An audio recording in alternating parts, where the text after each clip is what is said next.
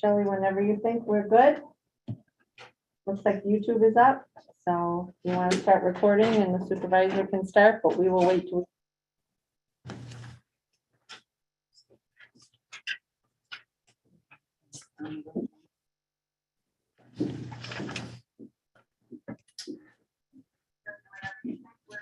I heard myself.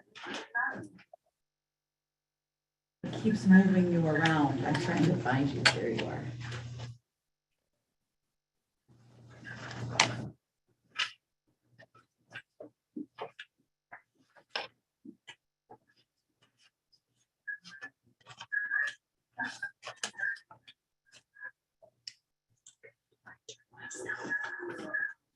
Yeah.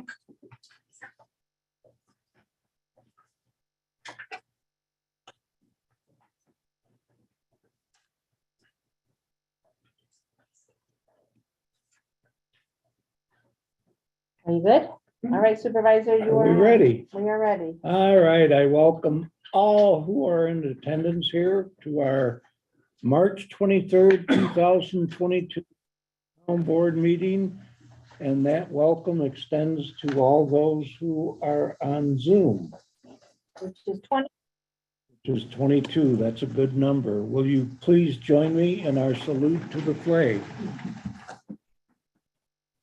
Allegiance to the flag of the United States of America and to the republic for which it stands, one nation, under God, indivisible, with liberty and justice for all. Will the deputy clerk please call the roll? Councilwoman Corbin. Councilman Chase. Aye. Councilwoman Morelli. Aye. Councilman Woolever. Supervisor Cusey. I am here. Thank you. I have one announcement to make, and that is the Cooperative Extension Program has asked for permission to place European fruit fly trap in town. They will not be placed on private property. They will be placed on land identified as owned by the town. And I gave them permission to do that because they've had permission to do that before. And I think we should participate in any kind of eradication of invasive species that don't do our agricultural producers a favor. So if you see traps hanging in the trees, you know why they're there, hopefully. We can move immediately into the public comment period. Please remember that we have people on Zoom, so there might be little ones listening. Be civil, be decent, and you have 3 minutes to express your opinion. Do we have anyone in this room who would like to do that? Actually, I do. Oh, go ahead, Hans. Go ahead, Hans. You wrote your Ladies hand first. Yes, go first, please. Please, to the podium, state your name and address and your opinion. Me or Hans? Hans. You, ladies first. Oh, thank you very much. Okay. Phyllis Wickerham, 105 Beyond Oak Court. I understand that this is not a answer back. I also understand that for next month on the tree ordinance, but I have questions that I would really like you to consider while you're thinking about whether this is a good idea or not. I have always voiced my opposition to this. My biggest concern is that back in August, while I was a member of the board, we approved a turning the Conservation Advisory Commission into a conservation board. During that meeting, we pointed out the responsibilities of that conservation board. It is recorded in the minutes. It is their responsibilities, as we gave them power to do, are extremely similar to the responsibilities that the tree advisory committee would be doing. My question is, why do we need two groups of people basically, when you look at who the makeup of this tree advisory committee would be, are going to be appointed by the Conservation Board and a not-for-profit private group, citizens group. Why do we need two of them when most of the members that are going to be on that advisory team are already advising the town and getting paid to do it? My other question with the tree ordinance, it started out being proposed that this ordinance was necessary to apply for a tree city designation. There is nowhere in this current ordinance that is suggesting, so my question is that still the intent? There has been no discussion over the past couple of months regarding that, so that is my question. I know you're not going to answer it, but there are certain things that you need to think about as this is being proposed. And again, I understand that the public meeting is next month, and I will be speaking at that one as well. But I just wanted these because there's a habit of voting on a resolution immediately after a public hearing. So I wanted you to thoughts and questions before the vote on that committee. Thank you.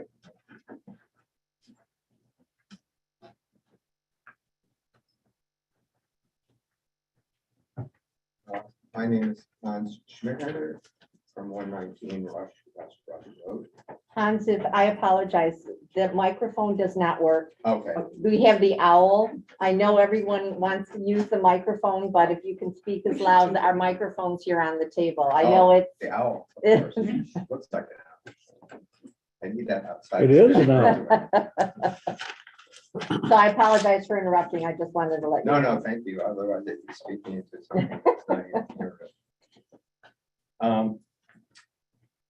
So of course, I'm here again to advocate for solar energy in the town of Rush.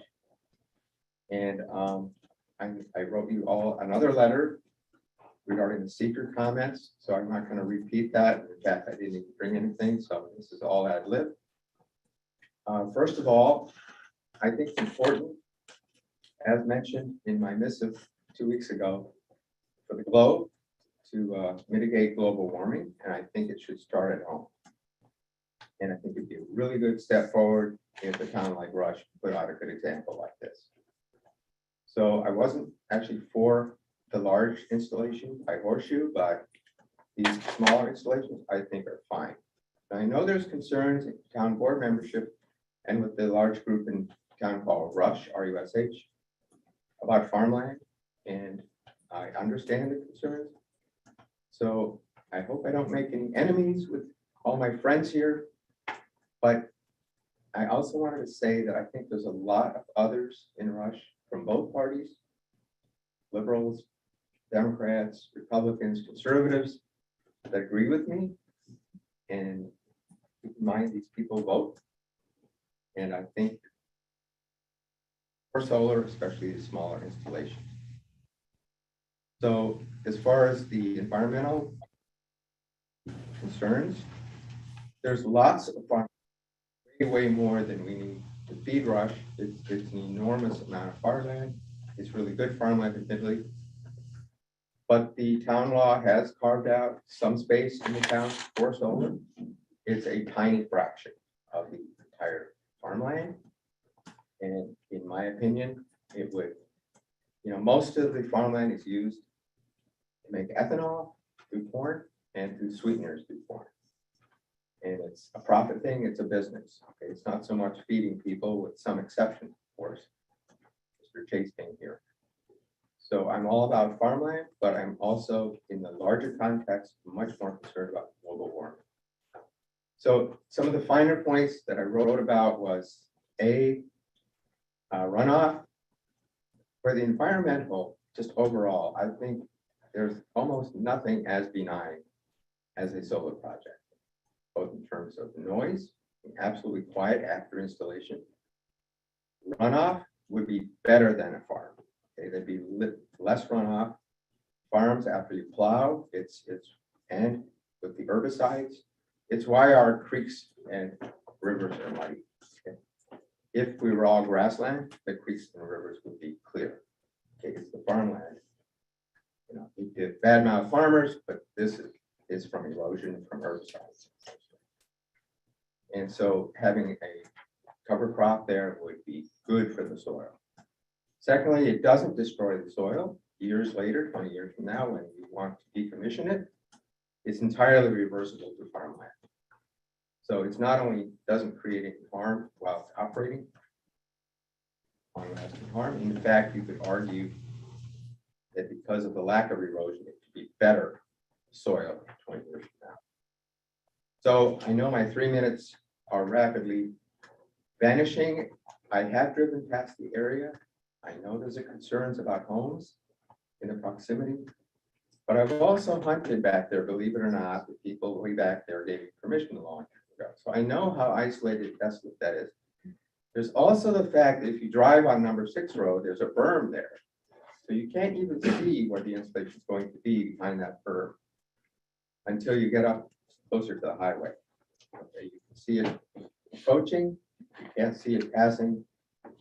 So go there and look, okay? It's not visible because of the berm. But I think with appropriate, 10, 15, 20 foot tall conifer trees, I think this could be isolated. The homes are quite far away.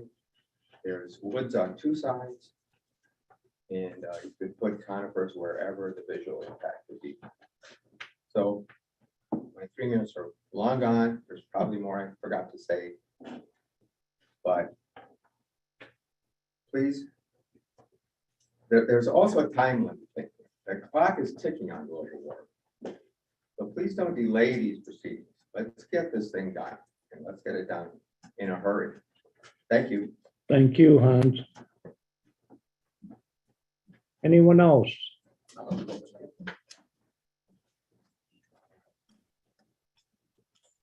Hello.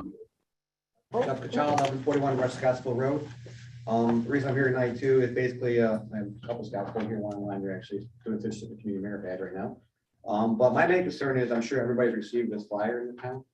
We've all received this flyer, discussing the Foster Brooks property. And my main concern with that is I feel like, being a townsperson, it's like false advertising. It's like they're reaching out to you, say you have choice option A or option B. These are the only options you get. Okay, this regardless what anyone says, they want this filled out and mailed back in. Option 1, the 67 patio homes. Looks like there's no real way to guarantee no future development. No one uses a portion of land. Option 2 is 44 larger homes, with additional parking lot off of East Henrietta Road on the other side of the Bishop Peen property. That's an entrance and a parking lot right there. Considerations for this is, the curb cuts. We're across the Flaherty. But it's like they're using the curb cut where they want their roadway to enter. It's been a driveway that's been rarely used in probably 30 years. Foster Brooks came to town a couple times a year. I grew up right across the street. I met him several times. He'd be in town maybe once, twice a year. His driveway is very well little used. Now you want to put a road in there. It's on the curve. It's on a dangerous curve. I grew up when the speed limit was 55 miles an hour through there. And we had tractor trailers in our front yard almost on a semi-annual basis. Lots of accidents, constant accidents. People died in telephone poles in our front yard. Okay, they dropped it to 45. And that's probably mid 80s, somewhere 90, somewhere in there. That saved a lot of lives. Okay, but as also there's not much traffic. It all comes right through there. If you put a roadway right in there where this development shows the roadway is going in, there's going to be a lot of accidents right there. It's not a lot of time to react. People come around that corner at 45, 50, 55 miles an hour. Within 2 seconds, you're on top of that, on that intersection. So that's not the main point here. I can just later on get to that. I'm looking at this right now, and I'm trying to read through this and find anything I could find that would be like a choice. I don't know if you all take the time to read it, some of the highlights that are in there. It's kind of a mockery. I mean, to me, it's like you have option A or option B, and these are your choices. Please pick one and mail it back this week to the town board, present this option, and we'll say 1,000 people in Rush want this, and 500 people in Rush want this. What are you going to give us? And the reality is, I don't think either of these are presented correctly. I think it's false advertisement. I'll give you a prime example. Woodlands in the back, protect the woodlands. That woodlands were harvested for trees. 3 years ago, I watched 20, 30 trucks of trees coming out of there. The lady who sold the property to them, before she sold it, she harvested every piece of hardwood tree out there. There's hardly any left back there. Okay, that's part of it, the apple orchard they talked about it here. Jerry Bishopine is the reason those orchards are there, a little tiny little orchard of apple trees. Okay, he has not been allowed for 3 years to be on that property. Those apple trees are disintegrated and they're pretty much gone. Okay, they didn't want him taken care of. He maintained those trees for Foster Brooks forever. That's the only reason those trees were there. Foster planted them, Jerry maintained them forever. Okay, they won't let him on it. Okay. Proposed curb cuts, that's all right. Those of the brochure fall under the New York State Deceptive Trade Protection Practice Law. Is it misrepresentation? Is it selling tactics, false advertising, deceptive trade practice? Okay, I thought this brochure is nothing less than deceptive business practice and needs to be addressed by the board and the town lawyer. That's my true belief. I feel like they're looking at this and it's saying to all the residents, please choose one. This is your option. There are more options. There are going to be more options. I prefer not to have sewers. Okay, sewers open up a whole nightmare to the town. It could be a tax benefit in some way by getting some property values in this development. I'm not saying don't put homes in there. If you want to put homes in there, you can't tell people you're going to get, you know, this small little thing here, which by the way is 67 homes and room to expand. Okay, or 44 larger homes in there. You're not going to get 44 homes in that piece of property. It's not going to perk. Okay, so I just feel like if the way you take the time, if you all got to take the time to read down through it, it's the option 1, sewers, option 2, it says less desirable. Okay, it feels like it's coming from the town. Okay, but it's really not coming from the town, it's coming from the, you know, the person building the property or trying to sell the property. So that's my opinion. Thank you very much. Thank you very much. Supervisor, we have someone on Zoom who would like to speak. That would be fine. Kim, if you could turn your video on, unmute yourself and give us your name and address, please. Hello, my name is Kim Bawden. I live at 6898 East River Road.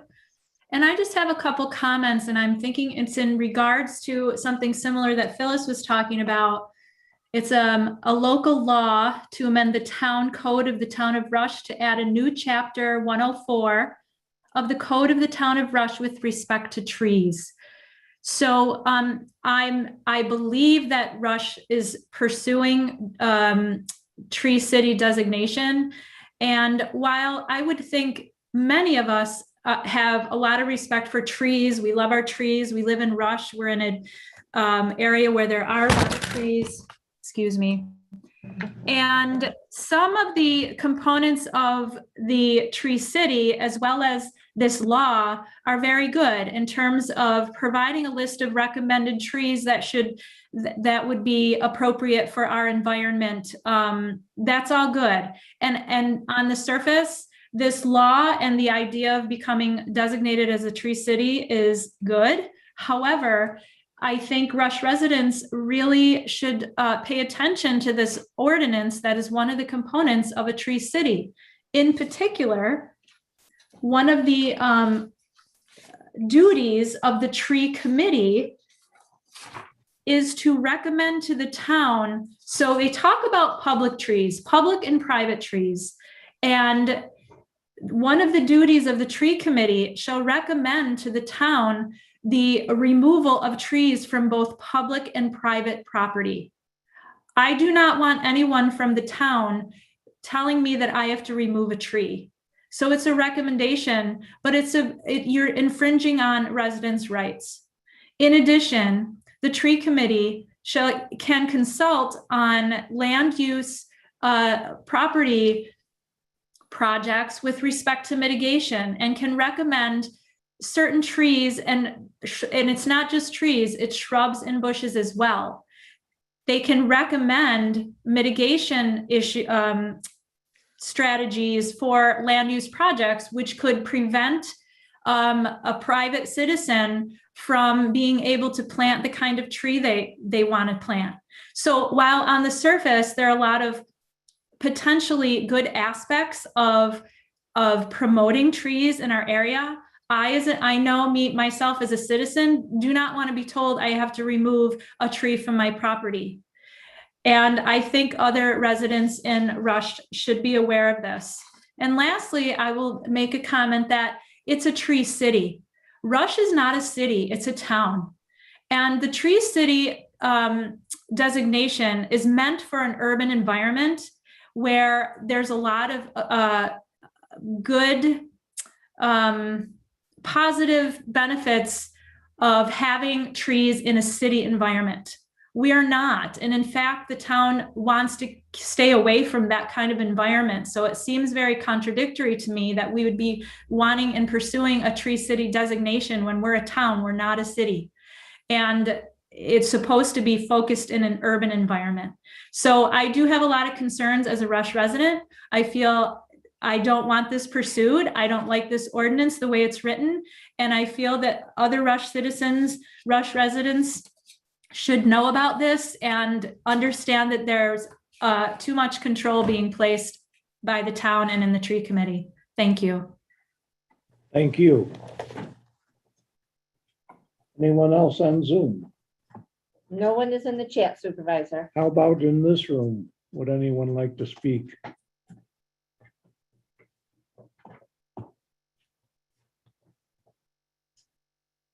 All right, then we will move on.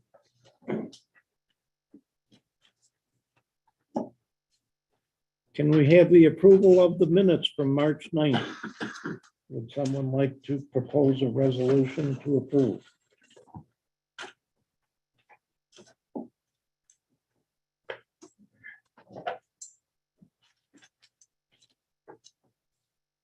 I'll make a motion to approve the minutes for, as written from March 9th. I'll second it. Councilwoman Corbin, Aye. Councilman Chase, Aye. Councilwoman Morelli, Aye. Councilman Bolivar, Aye. Supervisor Cusey. Aye. We can move on to Councilperson Morelli's approval of the abstract. Okay. I move, having reviewed all vouchers numbered 269 through 305, that they be approved for payment in the amount of $37,473.20. Do I have a second? I'll second it. Councilwoman Corbin, Aye. Councilman Chase, Aye. Councilwoman Morelli, Aye. Councilman Bolivar, Aye. Supervisor Cusey. Aye. And there was nothing terribly unusual among those invoices, pretty normal. As usual, the for salt for the roads is high. That was probably the highest one, and something that a necessary evil. Thank you for adding that, and there were no transfers required. That's correct. We can move on to reports from board members and the clerk and the attorney. So we can start with Deputy Supervisor Corbin. Thank you, Supervisor. An update on the EV charging stations. The contractor is about a month out from beginning that work. So I wanted to update everyone on that for the Rush Town Hall campus. I attended the Conservation Board meeting on March 10th to set up their technology. I attended two LWRP, Local Waterfront Revitalization Program Steering Committee meetings. One is a meeting being set up with our town attorney, the Henrietta town attorney, and New York State's attorney in regards to what is called consistency review laws. In order for LWRP to move forward, both the town of Rush will have to pass a consistency review law as well as the town of Henrietta. So our attorney will be attending that in the near future and educating us all on that. I attended the Water District Town meeting that the supervisor facilitated with MRB and our town attorney. And that is it. Thank you. Thank you.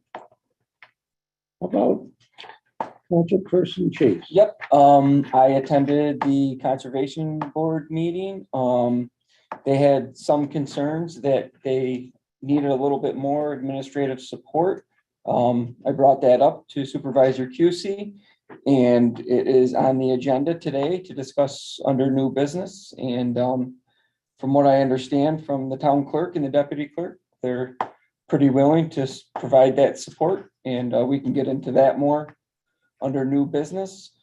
Also, I attended the fire commissioners meeting this month.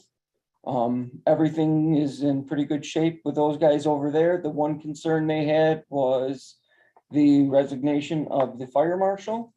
Once again, I brought that up to Jerry, and John Limbeck is going to fill in as fire marshal until we can find a more permanent solution for that. The only concern that they had, and you can answer this now if you know the answer, is the Monroe County 911 dispatch. Are they provided with John's number as their emergency contact? They do have that. Okay, good. That was the only concern they had when I told them John was filling in. What I don't know is, have they deleted Rick's? Okay. So So we'll it would have be a to, problem if they called Rick and then said, oh, we're supposed to call yeah, John. so I guess we'd have to make sure Rick's is off and John is in his priority We'll for make sure those that calls. that gets taken care of. Thank Okay. you very much. Okay. That was all I had. Okay, how about Councilperson Morelli? Thank you.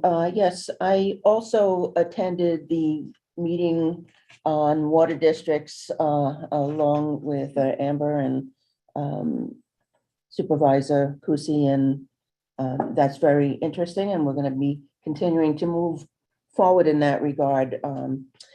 And last night I attended the planning board meeting as liaison, and a number of things were on the agenda. Meeting went quite late, but there was a public hearing. There was one application for review, Cuca Studios, that has been tabled for further review and more information to come, which was not ready for last night. So that will be taken up again at the next meeting. It's on the agenda, so more to come for that. I have been asked by members of the planning board to bring back a few matters to the town board as a liaison. There's a couple of things that I just want to let you know that they are working on. As you know, the planning board is looking at various sections of the town code to upgrade and make some changes. Some things, were no longer viable or don't exist, and they should be taken from the code. And also to clear up some confusion between different code sections. Two of the ones that they discussed last night had to do, one was an accessory apartment code update. They're still studying that. Anything that they will be doing, they are also consulting the other boards for their opinion, zoning board especially, on anything that they are looking at. The other one that they looked at were flag lots, the code update on that one. And they are looking at more considerations and having to do with that issue. And again, when they're done, they'll be coming to the town board and, giving recommendations, after having first talked to other boards for input on those code sections. Two other big things here. It has come to our attention. I'm bringing it to your attention, but also, for further review and to make sure that we're covering everything. It's come to our attention that we may not be having the correct or proper or oversight for inspecting site work on projects that are going on. It's not, the building inspector does certain inspections and gets called by contractors to come in. Okay, we're ready for you to look at the footings and so on, or the electrical, everything's up to code. But when there are other projects going on, there's other site work being conducted that does not necessarily fall under the purview of our building inspector. And I didn't realized that, honestly. And I guess some other people didn't, and it's just like, wait, what? No one's looking at that? And so the question is, are people looking, do we have that in place? Like, is it supposed to be our town engineer? Do we need to bring our town engineer in on board projects that were started before they started with the town?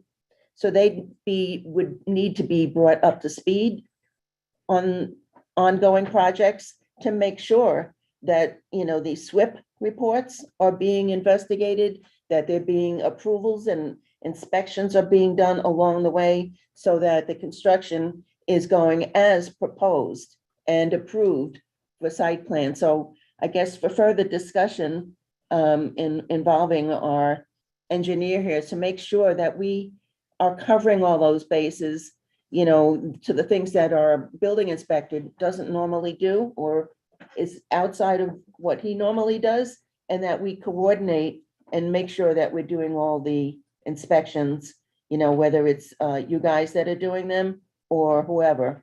And again, it is something, it's typically borne by the applicant. It's something, it's part of what they need to do to have a proper site plan and approvals and make sure it's carried out. So we need to have that discussion and make sure that we're covering that, and somebody's going to do it. Thank you. John, would you like to comment on that? Yeah, so Sherman Liddens was able to attend the meeting last night. He brought back these issues. We discussed them today. There's certainly some of the gaps that we can fill. We just want direction from the town board on those matters. But ultimately, I think what we need to do is probably have a separate session with liaison, supervisor, the attorney, code officer, and get everyone at the same table. And kind of look through the code and determine, okay, this is what the code says. This is the laws we have to live by. If there's pieces of that code that are missing, at that point, we can step in as authorized to do so and help the town wherever those gaps are, or shore up the code to give the proper determination of whose responsibilities are what things. Typically, when it comes to SWIP reports, we can perform all those. We typically do them on larger subdivisions and inspections on sites that are going to have infrastructure turned over to the town. But there's certainly, we can do them for, your standard subdivision lots and smaller projects as well. So I just think it might be appropriate that we have a separate meeting and kind of hash out all those details and take a final look at the code. Okay.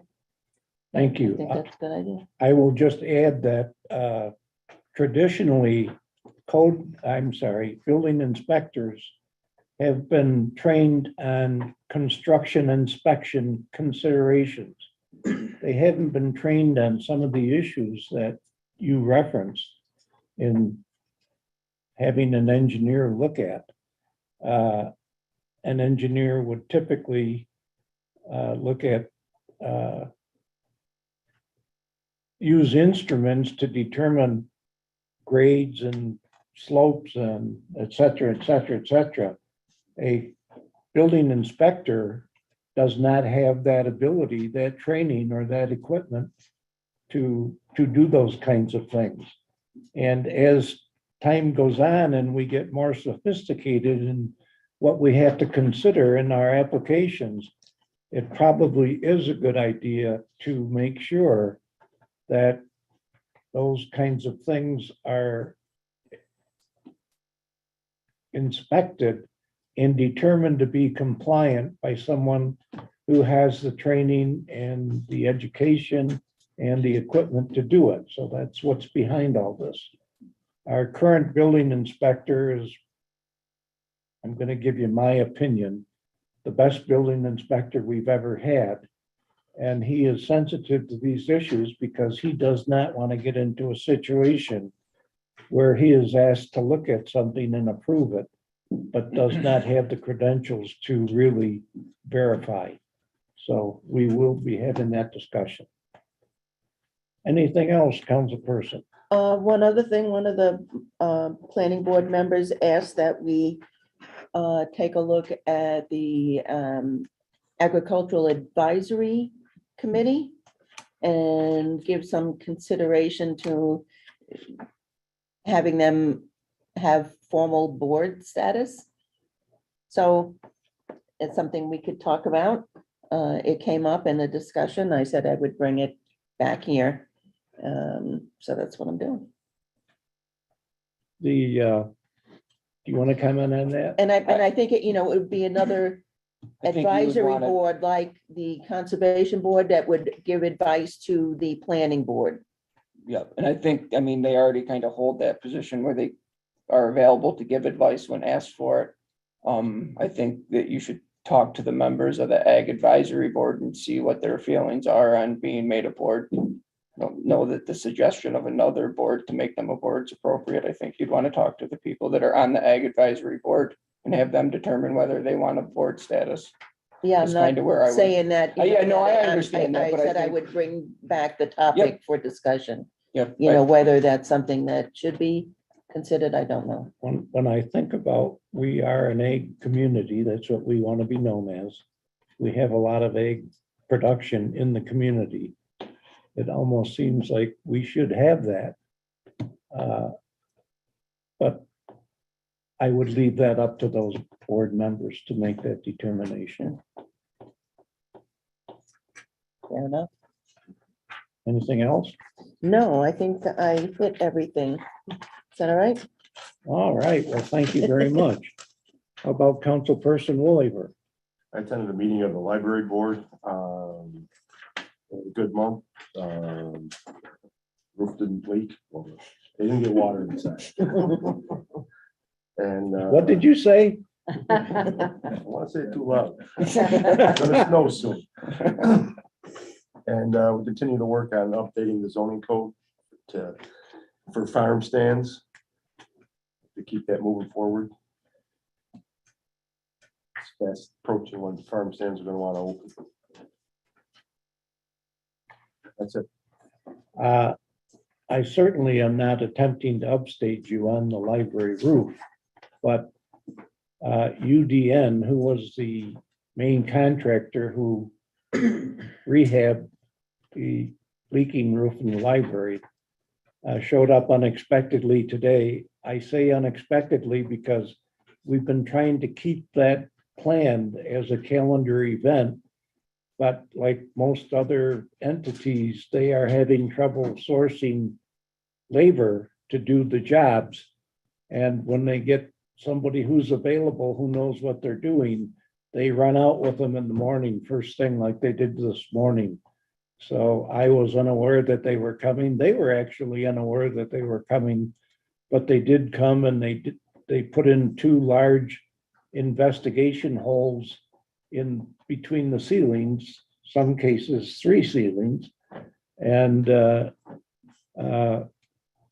the engineer architect is going to come and examine the spaces that those holes give access to. And we'll know more about what's going on there in the very near future, hopefully. I don't worry about rain because rain doesn't come through. I do worry about snow because snow produces ice, and oh boy, we don't want to go there. So thank you very much. How about our deputy town clerk? Do you have a report? Yes, the town clerk and myself attended the Town Clerk Monroe County Town Clerk Tax Receiver and Collectors Association meeting in the town of Wheatland, so it was right around the corner. Attorney Kristen O'Neill was the speaker from the Department of State on open meetings law, and she had a lot of wonderful information, and she was very helpful and available to anybody that wants to call and ask her questions. Town Clerk Busey submitted a resolution for approval for the attendance of the annual New York State Town Clerk's Office in Albany for the conference. Oh, there was something in parentheses, sorry. The town clerk has scheduled a training session for all staff and board members on the use of the town code through E-Code 360, and that will be here on April 11th, and the folks from General Code will be here. And we have processed and posted almost $4.6 million in town and county taxes. And collections continue through May 31st. I didn't realize that much money went through my hands. Thank you very much. Did Ms. O'Neill indicate whether or not she is Robert Freeman's replacement?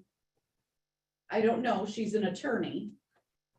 She didn't say anything about, no, I don't think she was, because she said she was the most tenured person in her office.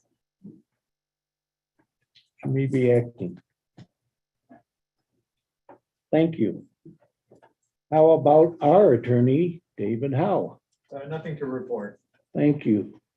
John, you've already exhausted yourself unless you have something to add. Nope, we did receive, based upon the water meeting, we did receive tax count ID information. We've been combing through that. We might need a little bit more assistance from the town. We'll send it on hopefully early next week, once we've given that a thorough look through, but just continuing to work on that. Great. Glad to hear that. I think while you're on that subject, I'll just add a couple of things that I know that a lot of people who have serious water problems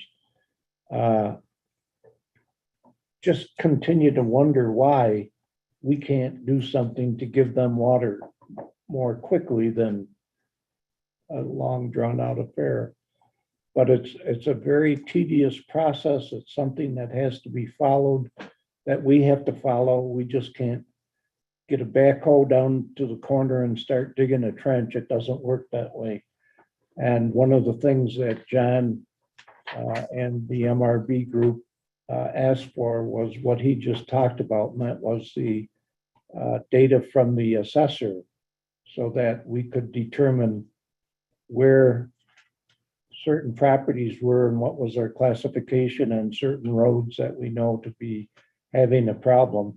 And I believe we are going to use your straw man letter to send out to those recipients. You know, once we've fine-tuned the cost estimate again, based upon recent numbers we've had in the last few months, comparing to the assessor office's tally there, we'll update that letter, and then the town will be able to mail that out to the residents and kind of get a poll of where the most need is for water and what people's threshold is for how much it costs and what they're willing to pay for it to determine a service area for water.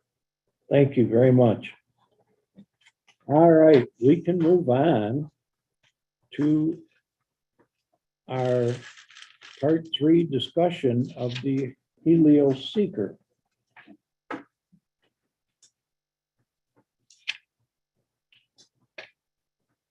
So we have concluded the part 2 at the last meeting in terms of determining whether impacts, possible impacts are small to large, or small to none, or moderate to large. The next step in terms of reaching a determination of significance is to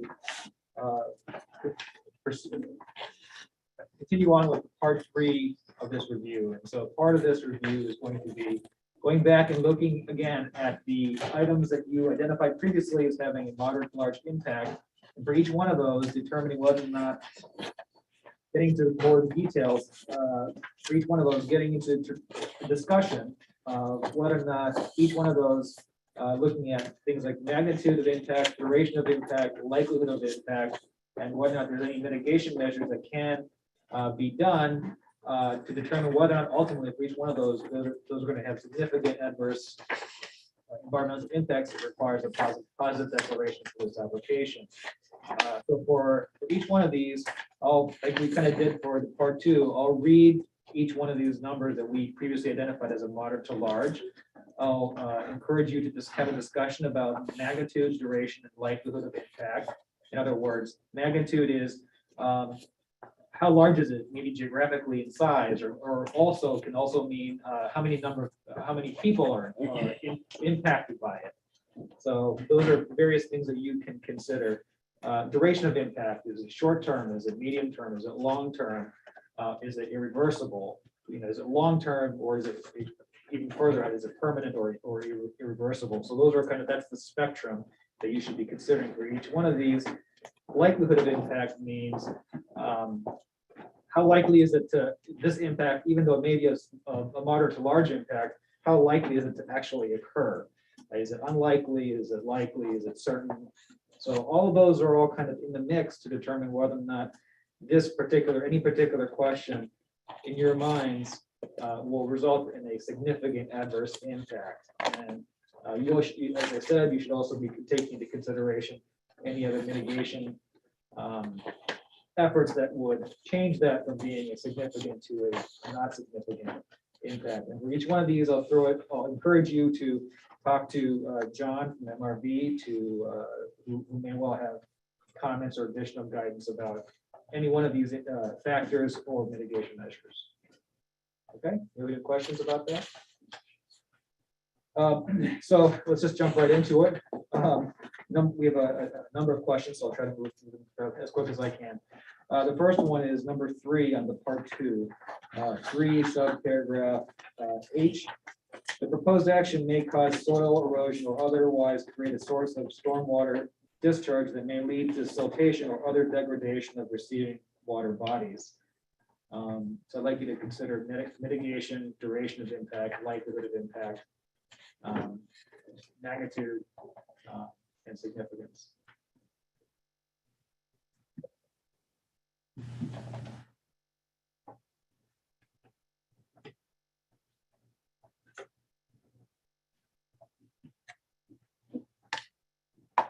I would have to say that based off of the information we've got and the mitigation steps that are going to be put in place, both during construction and during the actual lifespan of this project, it seems like the soil erosion and the siltation that may degrade the water bodies that are receiving the runoff from this project. I would have to say that concern is small to no impact would occur at this point, based off of the information we received. You're referring to the SWIP? Yeah, well, Other documents? yes, the email that we got, yep.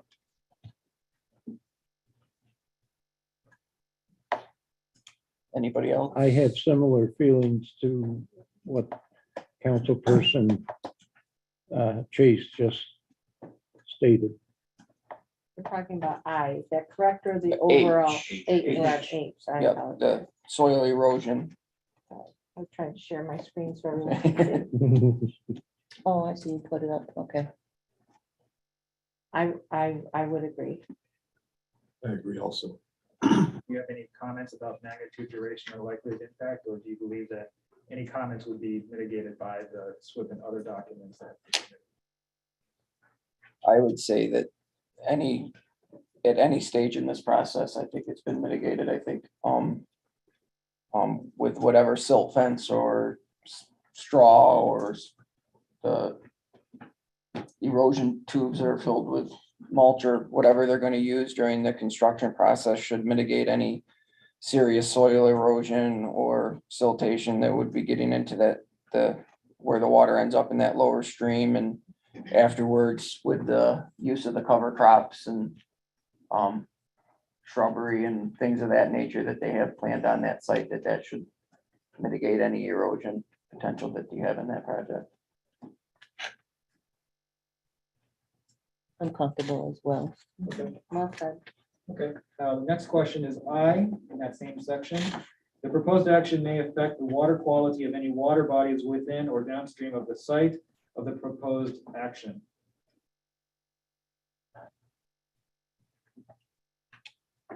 I will state that I went to the site because I've lived around the site for 30 years.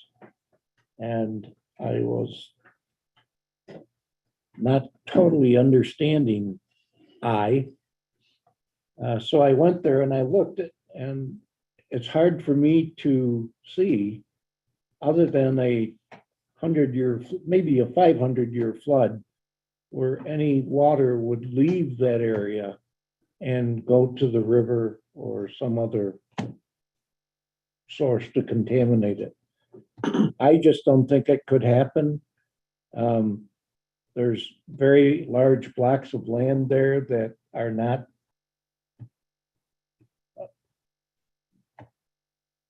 farmed. And the water absorption there is, according to people I talked to in the neighborhood.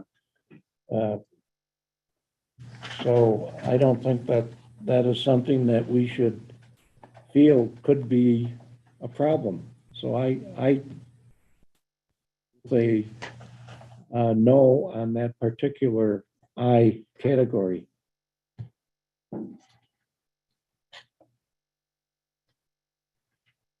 Well, with H being magnitude, duration, and likelihood of impact, downgrading it. I think H and I kind of go together. Thank Yeah, you. one is erosion, H is erosion, and I is dealing with water. Water quality, but erosion Similar would but lead related. to the water Could quality. be, yeah. You said it a much simpler Oh. stated way than I did.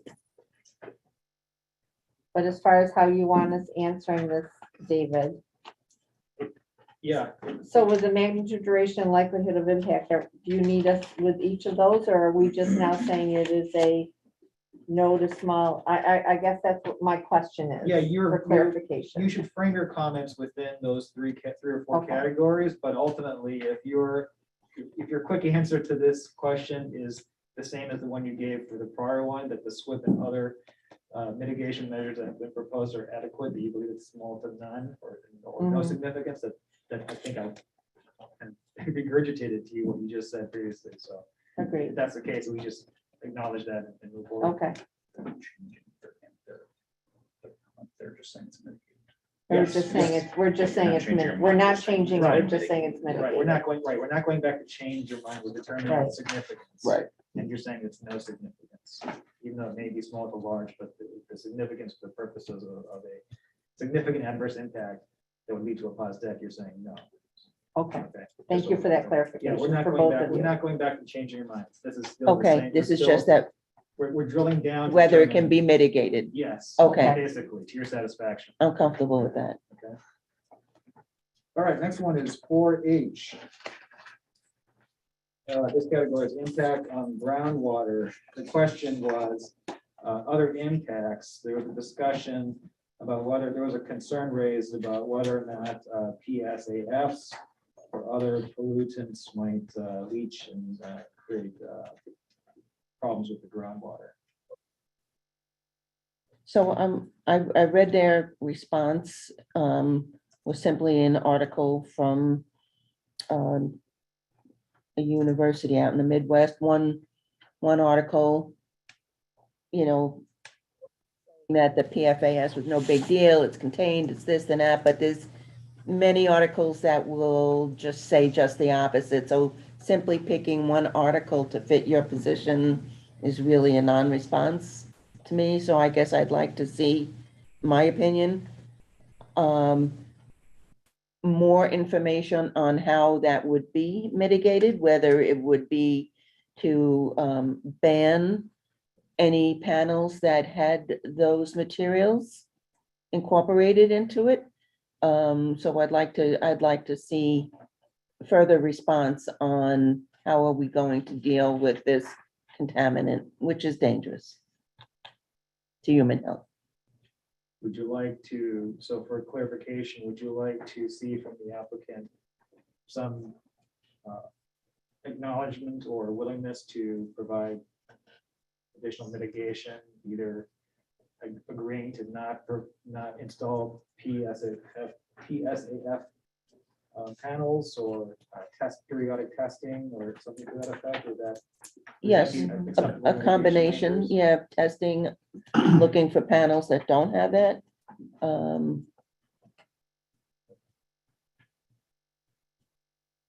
Is there any other comments you'd like to make about magnitude, duration, likelihood of impact on this category? I guess it depends on what their response is to it. I mean, if they say they want to do testing, then the magnitude would have to be throughout the lifespan of the project. But if they say, well, we can use panels that don't contain the PSAF, then I guess that would kind of change change that as long as the substance that they were using didn't have anything on it. Any other discussion on this point? Okay, we're going to move forward. Okay, then question number 5 is categories impact on flooding. The question was 5C, the proposed action may result in development within a 500-year.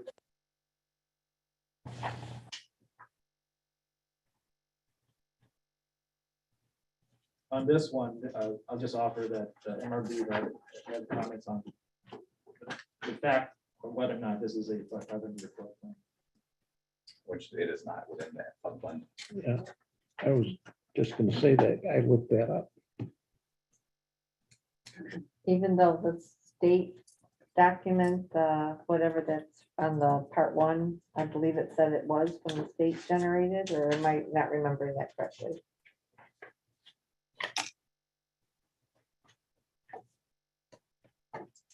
You know what agency produced that? Yeah, New York State, Wasn't the FEMA? EAF mapper.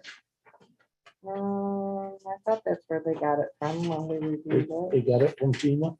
No, they got it from, Right, that is a discrepancy. We're gonna have to look further into that. right? Yeah. All right, I have to go look into further on whether or not that is. Okay.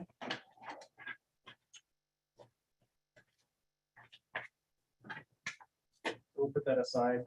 for Okay, now, thank you. So that can be confirmed. Would it be fair to say that if it's not in the floodplain, then the answer to this is no?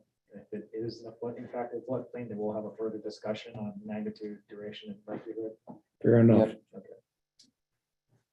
Next question is category 7G. This category is impact on plants and animals.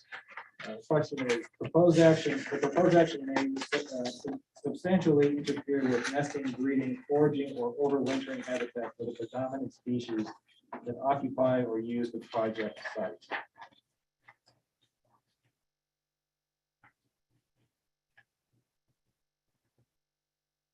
Would you like to comment on whether this question has significant magnitude, duration, or likelihood of impact on this project or on the environment? It has been my experience that people who have resided in this area their whole lives, we have 3 on this board, who tend to understand and be knowledgeable of areas such as that, could either confirm or deny that such conditions exist in this area. I would yield to their opinion. Because quite frankly, I don't have one.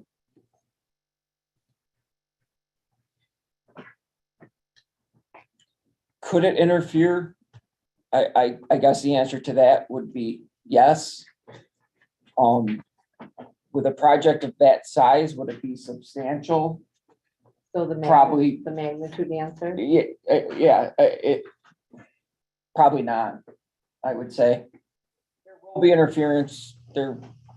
Yes, it is gonna interfere. It will mess up a few of them, but the magnitude of it for that whole population of those species in the town, probably pretty small, I would say. So I agree, the duration is for the entire project, but the magnitude. Yes. Not, Animals they can be pretty habitual. I mean, migratory birds, a lot of them keep going back to the same spot, but or birds wouldn't maybe be affected if they were nesting in the ground, especially with the grass, but deer, I mean, they have ways of figuring out and adjusting and adapting and moving on. So, it will interfere with them, but it's not gonna be that great of an impact, I don't think, overall. Is my 2 cents on that. did we answer that with your 3 parts you needed, or do you need more? That's up to you. You know, I think that I've heard what you said. I think ultimately, the question I'm looking for you to answer is, do you think, having had this discussion, do you think that is a significant adverse environmental impact that warrants a pause deck? I'll speak English. No.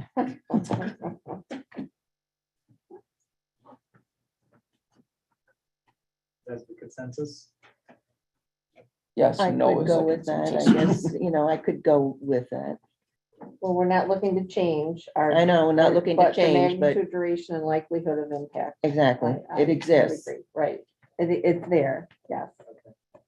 The next question is in the same category. We had other impacts. Question 7J. We previously identified noise of inverters as being an impact on wildlife. Would you like to discuss that further in terms of magnitude, likelihood, and duration? I think it would be very similar to how we answered the previous one. The duration is going to be there for the whole project, but the magnitude is not that large of a scale likely to have an impact, a large impact on it. Inverted produce less noise of traffic. and Expressway's right there. Right, Exactly. considering the expressway being right next to it. Yeah. I mean, then traffic's almost constant. Mhm. Sometimes it's heavier than others, but Right. True.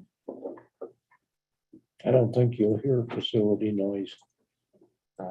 Over the traffic. Right. Okay, next question is question 8C. We are now talking about impact on agricultural resources. The question is, I'm sorry, 8. Yeah, 8A. We had 8A, I had 8A. Yeah, 8A is the next question. Okay. The proposed action may impact soil classified within soil group 1 through 4 of the New York State land classification system. And I believe we had asked, because they didn't clarify what numbers were on that site, and I think, John, are you going to do that research for us, or am I thinking of a different? No, question? you did, and it does not look like I got that. Regardless, the response of no soil is going to be removed from the site. So the impact to, regardless of classification, will be mitigated as to, in their opinion, and I don't have a disagreement with that, all soil will remain on site. So it's going to be stabilized as reported by the SWIP and remain on site. Directs your decision making. I would still like the information though, of what the classifications are, because I know that was on the part 1 that wasn't Yep. filled out, and I thought we had asked for that. Right. You did. My apologies for that. Right, right. When you say soil is not going to be removed from the site, is it going to be scraped off and put somewhere else? It's going to when you say right there where it is right now at this moment. They're not going to be doing any grading, so they'll dig the pile and the dirt removed for that pile. They're not going to remove any of that material from the site. So they don't need to dig trenches to bury cable? Oh, they will. But this doesn't mean that they're going to remove the site from the soil from that location. They'll excavate to put the conduit in the ground. They'll dig piles to put for the solar panels to go on top of. But the material that they're pulling off from that particular space that's being removed will just be spread out on the site. The soil will stay on that farm. Are those piles being driven or are they dug? Are they like a post hole and then dropped in? I don't know. I thought they were But driven. they're driven. I thought they drive like a post, right? So Yeah. they're not even removing what I that read. soil at that point, driving into the ground, correct? If that's what they didn't look Okay. plan for that particularly. Doesn't that depend on the soil conditions that they determine If it's proper bearing soil, yeah, if they got Yeah. refusal. if it's That's bearing down soil, there. Okay. they just drive them, and if it's non-bearing soil, they have to take other alternative measures in the install.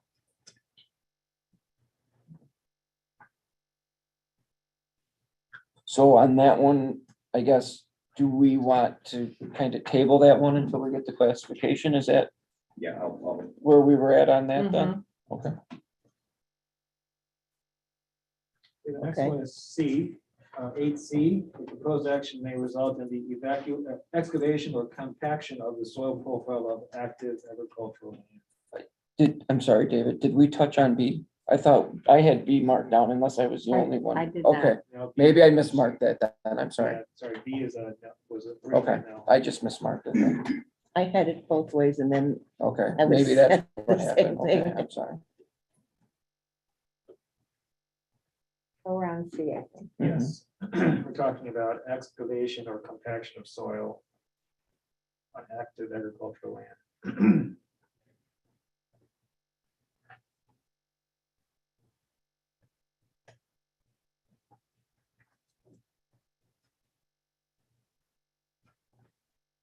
Thoughts on magnitude, duration, likelihood, mitigation?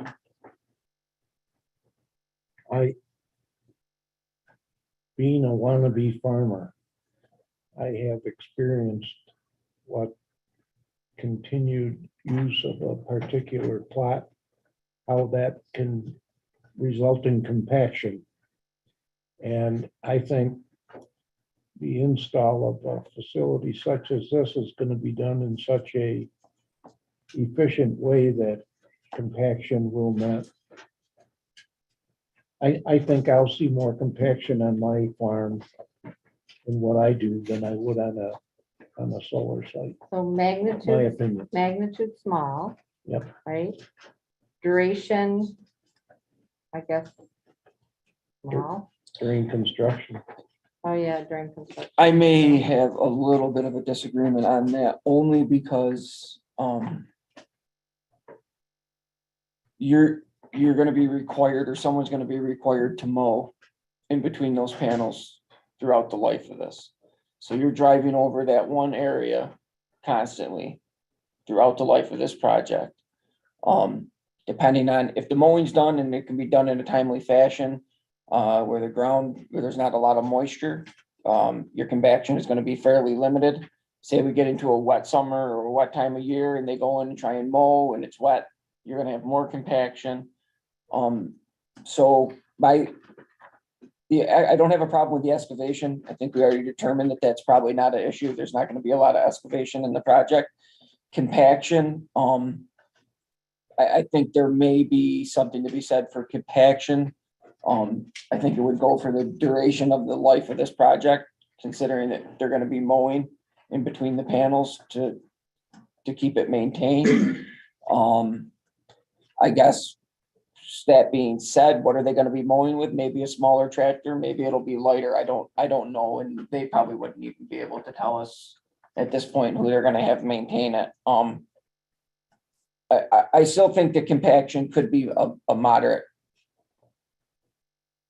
impact on this project, just considering that it is gonna be a very concentrated path that they're going to be on for a considerable amount of years. I don't know So what, keep in mind, the question is not, it can still be moderate, but still have no significant impact. okay, That makes sense, because we're talking about a significant adverse impact, so we're kind of thinking about it from the standpoint of, yes, it may be moderate to large, but is it significant, taking into all these factors that we're talking about in terms of, duration, magnitude, and likelihood? Is it reversible? Is it gonna be a big, is compaction from a mower, periodic mowing, is that gonna be a big deal that will warrant a pause deck? How would that, I guess you would know better, Dan, how would that affect the long-time viability of agricultural farmland? I think that you would see if that eventually was reclaimed back into farmland. I think that if there was compaction issues from the mowing, the tractor going down the same year after year after year, following that same path, I would almost guarantee that you would see variation in those crops in the future, just from the soil compaction. And there's ways to mitigate it, I guess, afterwards, but it wouldn't be immediate. I think it would take a few years to get that compaction relieved, and there's ways to do it, but I think that there would be significant compaction over the duration of So- that project. Should we ask them to tell us how they plan to mitigate that then? I don't see any harm in seeing what their thought is on. I mean, they construct these things, maybe maybe they have data that we don't know about that says, well, this is a project that's been in and this is what it is, and they could answer it better. I don't think there's any harm in asking for a little more information on it. I mean, these are just my thoughts, what you see. You would know. Yeah, We, we're So- relying on, You make a living off this. right? I mean, there's just, there's studies where, they try and, maybe not go over the same spot every single time, so you don't have such a hard pan, or maybe you do try and go over the same spot because that's where you need to focus on trying to repair it. So, but there's compaction issues, and it's definitely, the soil conditions are pretty significant to it. If it's wet and they go in there and try and mow, then you're gonna have more compaction. I mean, there's things that I think maybe a little more explanation couldn't hurt on something like that. They could have a great solution to it, and we could say, okay, that sounds good, but I think it's worth looking into. What kind of mowing schedule would they have to implement to make that not go wild? What do you know, do they have a mowing schedule, or I haven't seen anything, but I think, That's something they could easily provide. I know, like. right, I think it's a couple times a year. Yeah. I think they just go in there and mow it down, it's not like mowing a lawn. Yeah. I think they go in there, maybe late June, early July, knock it down one time, and then come back in the fall and knock it down one time just to keep it maintained. I don't think they're trying to make it look like a lawn. Yeah. It's more of a brush hog type mowing. Yeah. It's not a weekly thing. So, I mean, maybe they'll say, we'll try and do it when the conditions are right, and so maybe they have a great answer. I don't know, but I think it's we worth could ask. looking for find an out what they answer. say. Okay, so that could be something that we follow up with Liaison. So moving on, then, is there anything else you want to talk about on this topic, or should we move on? Move on? Okay. Move on. See a lot of nodding heads. Next question is 8G, same category. The question was, the proposed project was not consistent with the adopted municipal farmland protection plan.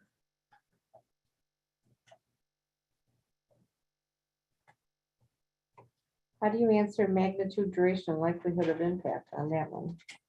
I think that you may want to consider, I'll throw it over to John here for his comment on this, but I think that you may want to consider, to what extent is it not consistent?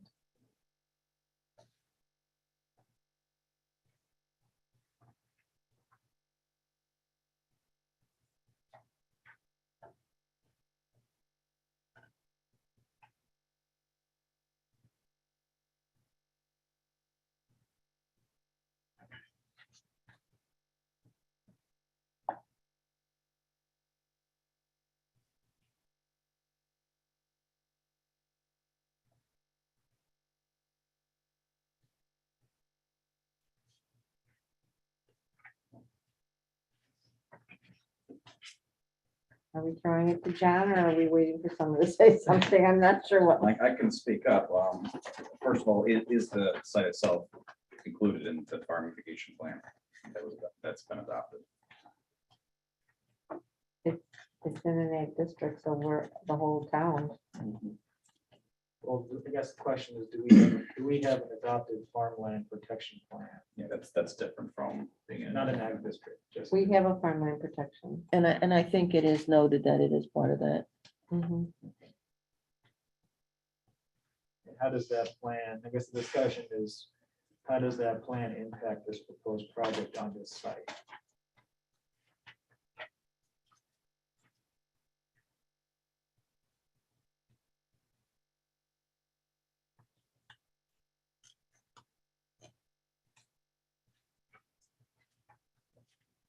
Is the, I don't have an answer to I it. don't I mean, if you don't either. have an answer to it tonight, it's something you want to look more closely into. I mean, we're already gonna have to come back and look at a couple more of these, so that you can Okay. put a pin in this one.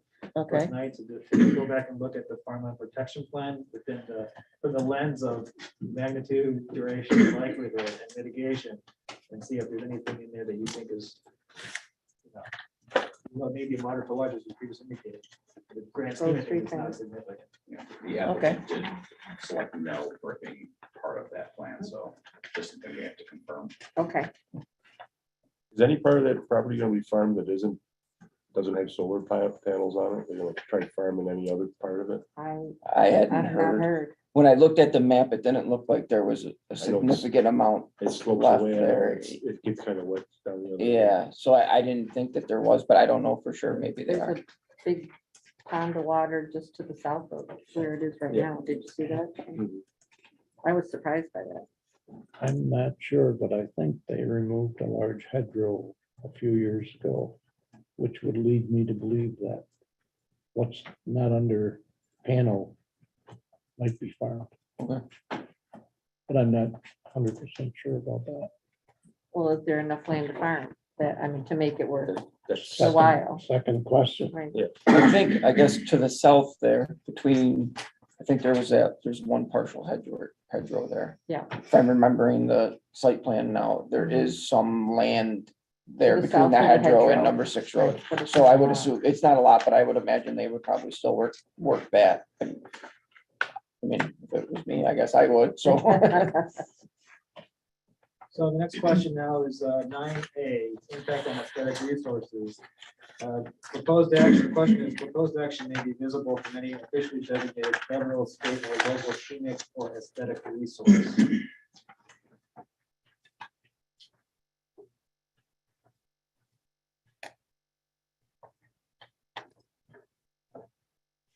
Well, the duration would be for the whole project, right? If right visible.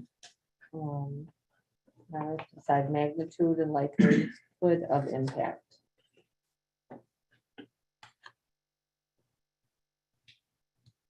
Where was the federal, state, or local scenic or aesthetic resource that this was visible from, like, Well, it's not visible from, right, I knew, we were yeah, thinking from. Mulligan Farm. Mulligan. Yeah, the Mulligan Farm. off of Hartwell. Mhm. Hartwell.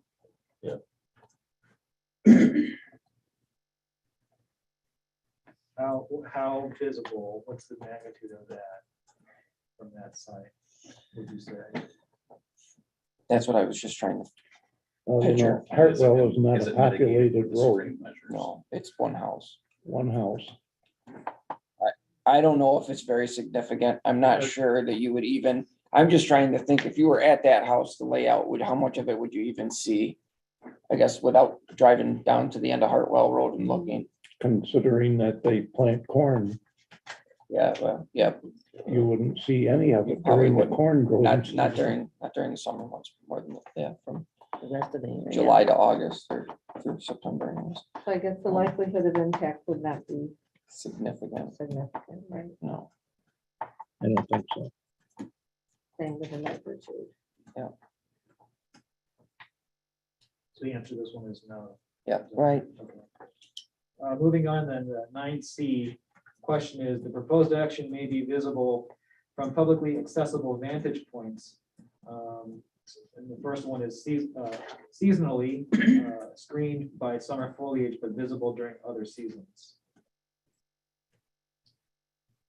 So that is a big problem. You have 390, Route 15, Woodruff Road, and number 6 roads.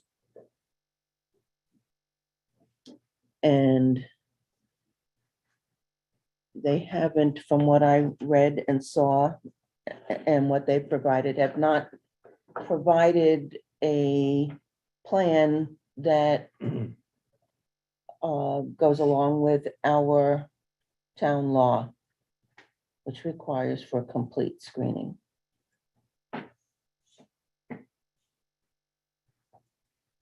So that one, they have to come back and do a better job at that and explain my opinion. I would agree with Gene on that. I'm with Gene.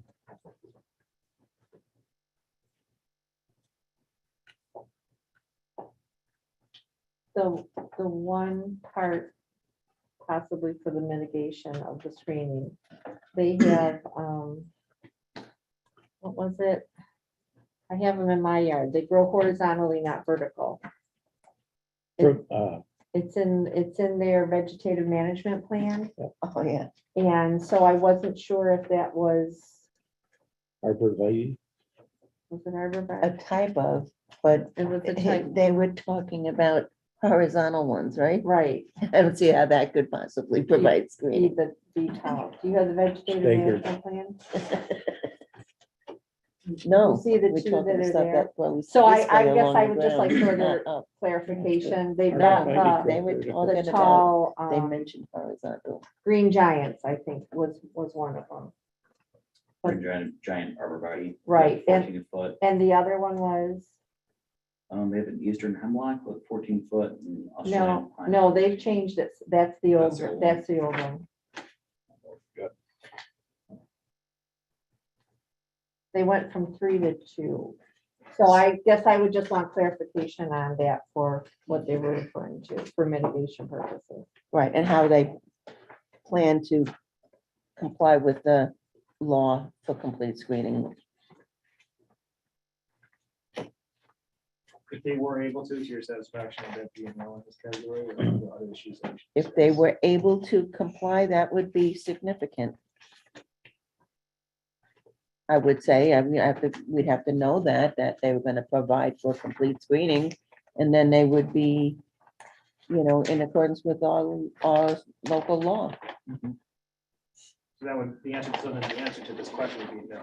Yes, could- that's, yes, it's that's- yes. possible. In other words, if they can show it's possible to be mitigated by doing that, if we consider that. It was creeping juniper. A creeping juniper. There you go.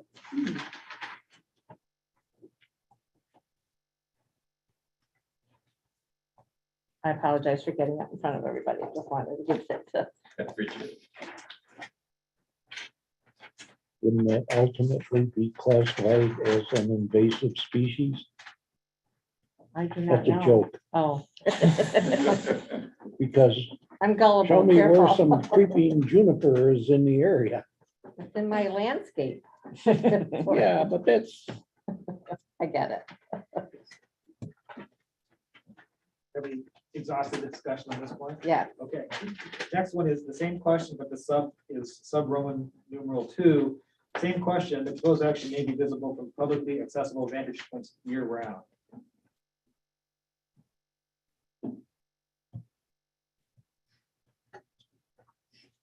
Well, it depends on the screening, right? I mean, as far as the magnitude, Yeah, I mean, the question here is there a year-round impact, significant impact on visibility from publicly accessible vantage points? I don't think they've demonstrated that it's not.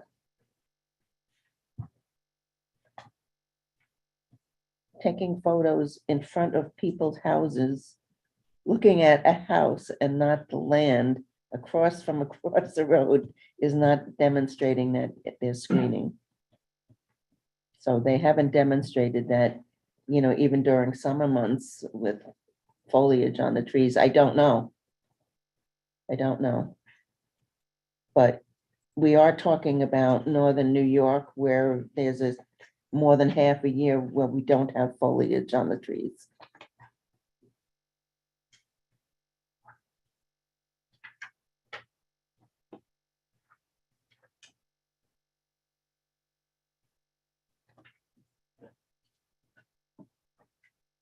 Is my summary of your comments accurate that this is similar to the previous question? Yes. Okay. The next question then is 9D. Roman numeral I. Question is, the situation or activity in which viewers are engaged while viewing the proposed action is routine travel by residents, including travel to and from work. I think that would be pretty much the same response as the previous two. Right. I agree.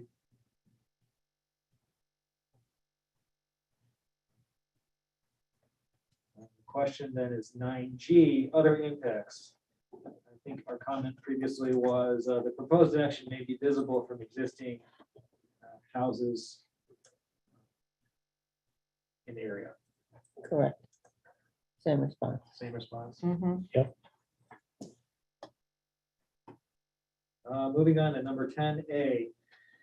This category is impact on historic and archaeological resources. The question is, the proposed action may occur wholly or partially within or substantially contiguous to any buildings, archaeological site, or district which is listed on the National or State Register of Historic Places, or that has been determined by the Commissioner of the New York State Office of Parks, Recreation, and Historic Preservation to be eligible for listing on the State Register of Historic Places.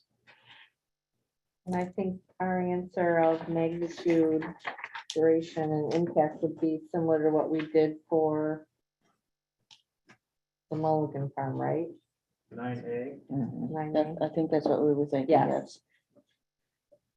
Are we in agreement on that? I'm in agreement. Okay. Alright, next question is 10E1, I'm sorry, 10E, Roman 3.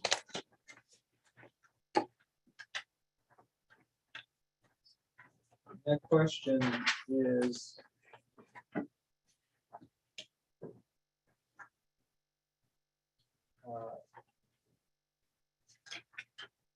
you previously said, so the question is, if any of the above are answered moderate to large impacts, then you need to answer. The proposed action may result in the introduction of visual elements which are out of character with the site or property or may alter its setting. This question is in reference to 10A that we just answered.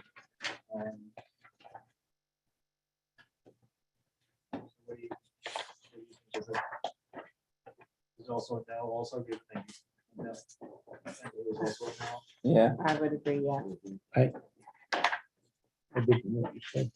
That our answer to A, our answer would be the same for this, that I agree. I don't have Aye. to say anymore. Okay, then the next question I believe is 11E. This is impact on open space and recreation. E is other impacts. We had previously said that open space as it relates to the comprehensive plan. I think we had TBD'd this one. That's what I hear. We were gonna come back to. So we have not actually answered smaller, no impact or moderate to large yet. So maybe we should talk about that first, if you're prepared to, or we can continue to table that if you'd like to review that further.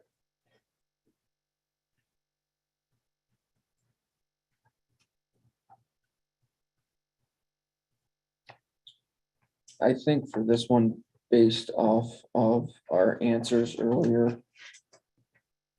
And in question 9. For impacts on plants and animals. For recreation, I don't think there was much recreation, at least not for a town-wide status. And open space. I'm gonna have to go that. In the grand scheme of things, that it's a small to, No, the small. yeah. I agree. I agree. So I will go back and answer that question in the no to small impact category, and we won't, that will not be included in the Yep. further Okay. discussion. All right, I believe our next question is 15F. This category is impact on noise, odor, and light. F is another other impacts question. During construction, noise of pile drivers will be higher than ambient noise, I believe is what we call it. Mhm.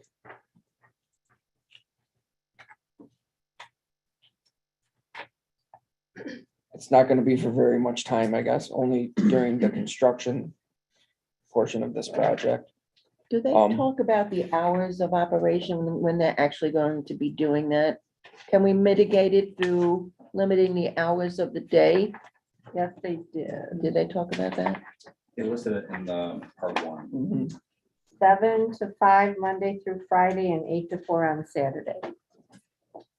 7 to 5. Oh, Can they well, that eliminate says- Saturday when That says people hour- are that around? says Those are hours hours of during operation. So we construction. can, Yeah, we can totally. request that if it's. I'm sorry? We can request that they provide us when they intend on constructing, or you can limit it. To mitigate that, when most people are home enjoying their yards. Construction crews typically don't work work on Saturdays, but you could ask for a request from them. or you That could they set don't limits- do that pile driving. Or you could set limits on that. Okay. I think would help. Yeah, Like 8 to 5 Monday through Friday or something like that. I'm sorry. Something like I 8 think to 7 to 5. 5 is still Seven- fine. 7 to 5. Yeah, that was their Monday through original. I And think it then, was the Saturday more. The of Saturday, 8 to that 4. would be when people are, Most places I work, they don't want you to start till 8. 8 Oh, yeah. o'clock. 8 o'clock. oh. but you're also working In in people's construction. houses a lot too, Well- right? So they're still home We're and out. trying to get ready and get out. We're outside too. Yeah, Neighbors don't like us making too much noise before 8. yeah. That's a good point. So, yeah, so maybe 8, and then I don't, for Saturdays, you say no Saturdays or just, I mean, there's other work that gets done there besides putting the pilings in. Yeah. So Yeah. just no, maybe say no driving piles. They can go in there and maybe do other site work if they're at that point, if they're installing panels. Yeah, stage Then they can panels be and- there on Saturdays. You're not gonna hear anything. So maybe I would just say, if we're gonna put in no Saturdays, I don't think I would limit it to no Saturdays. Maybe if you're gonna put any limitation, it would be no driving piles on Saturday or putting, however they word it. Weekends. Yeah. And maybe they might not even be driving. We don't know that at this point, because you said they may be digging the holes and putting them in, then you wouldn't have the noise and hammering. So maybe that wouldn't even be a noise But we concern. could put that in if Right. it is, We want the that would be clarification. Yeah. a mitigating factor. And then if they could do that, David, then I guess that would take away that This would be a concern. no. Yeah. Right. That's mitigation. Mhm. The next question is 16L, impact on human health. Question is, the proposed action may result in the release of contaminated leachate from the project site. I believe that this was, the comment here was in relation to the PSAF. Yeah, PFAS, So yeah, It's safe to assume that your comment was the same as Yeah. before yes, at this point. yes. Mhm.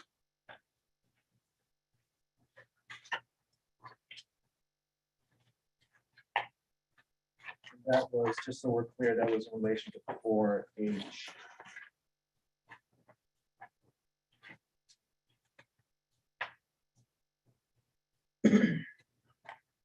Yes, that's what I have. 4 weeks.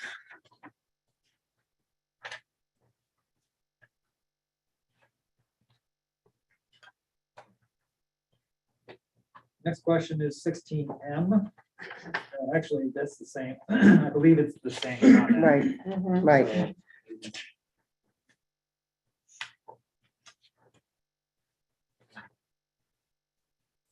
Next one is 17A, consistency with community plans. The question A is the proposed actions land use components may be different from or in sharp contrast to current surrounding land use patterns. I would go back to the local solar law, the screening, the provision under the local solar law that what they're proposing is inconsistent and doesn't comply with that particular. Right, so we're looking at duration, magnitude, and significance of impact, likelihood of impact. Right. Well, it's the duration of the whole, The The life duration is the life span of- project, right? Magnitude is high because it is a sharp contrast to the current surrounding land use patterns. I agree.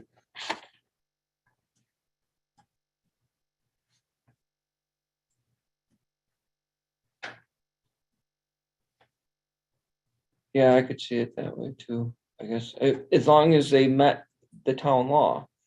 If they could do that, Right. then you could put it in, because we do have a solar farm Mhm. approved in very close proximity. But they were able to comply by the town solar law. they demonstrating that they will comply. So if they can do that, then the land use with solar panels on it is pretty common to what the land use is in that area, and we have no problem with it, but they have to conform to the town law to do that. Right, This is specifically in reference to, these comments are specific in reference to compliance with screening, is that? what I understand? Yes, because that's the solar law, so that's a community plan, Yep. correct? So we would have to follow that solar law. Right. And my concern is if it's not consistent and we overlook it there, then the next one, then we'll start getting into trouble.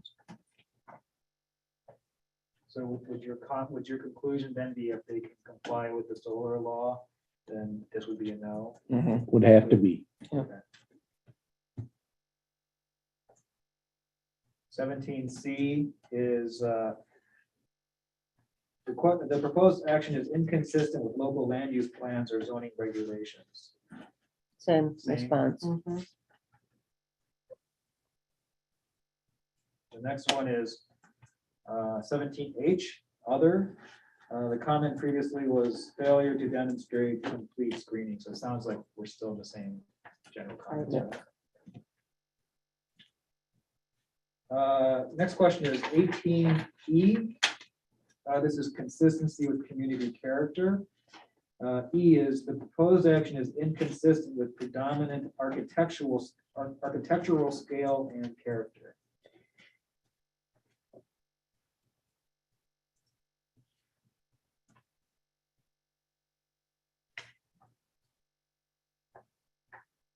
I still think that that's high.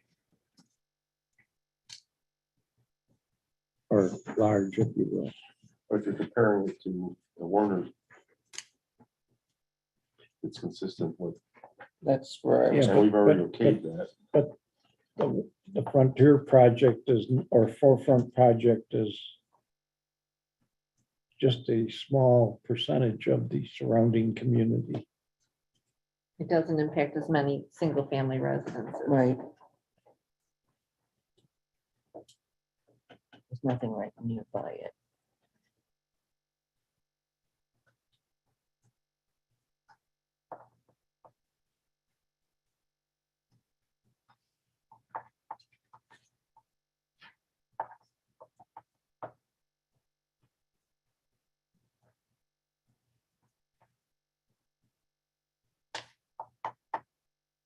Again, then if that's what we're talking about, having houses near it, then it's gonna fall back on screening again for the same thing.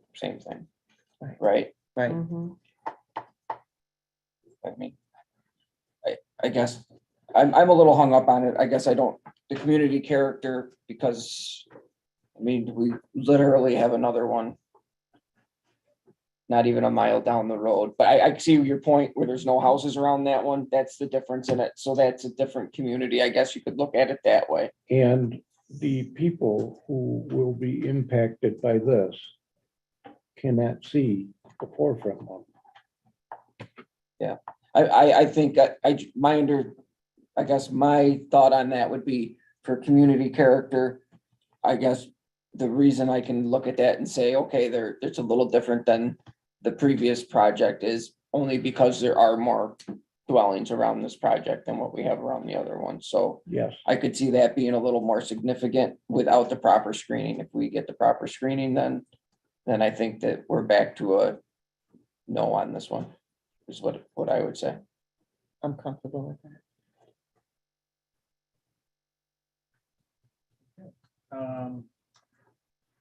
I believe the last question is 18F. The proposed action is inconsistent with the character of the existing natural landscape. I don't think on this one we can stick with it. And I think this has to be a no because of the previous project down the road.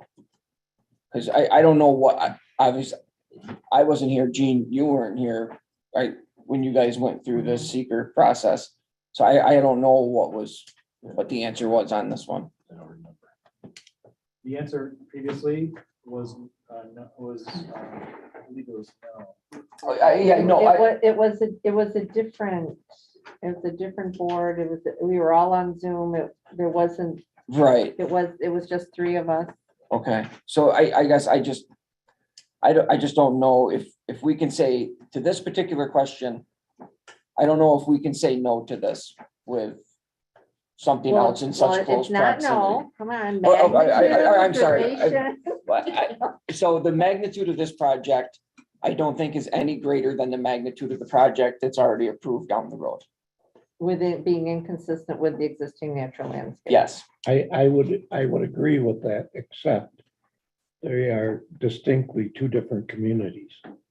but we're just talking about the natural landscape. Well, But that's, I Of mean, the community character, though, that's the overarching Okay. question, right? okay. No. Let's. No, I let's mean, back and it's, forth. Don't I, stop. sometimes I get hung up on just a couple of words and I lose the. We main all do. overview It's of it. okay, yeah. So, there's nothing wrong with that. I guess then we're back to screening. But that's not natural landscape by putting the Right, screening in, that's right. not a natural landscape, so. That's your favorite subject in this. project. Well, it's meant to mitigate the effects of putting in a utility scale facility in a residential zoned area is to provide for screening to help mitigate the effects of that. So it comes back to that. For reference, just looking at the forefront, part two, the board determined at that point that this entire category was a no, so you didn't actually go into the sub-questions. Okay, In other words, the question for 18 Right. was, is the proposed project inconsistent with the existing community character? And so the answer previously was no. And It was then not. there was no reason to go But- forward. But they definitely are two different communities, character.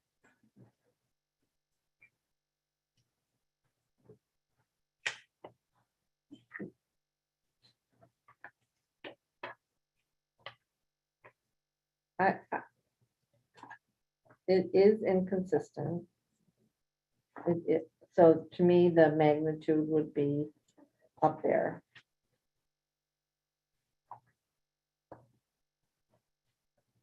That's ending on a tough one Mhm. to explain. Well, I guess, so here's my question. If this, we'll go back to screening again.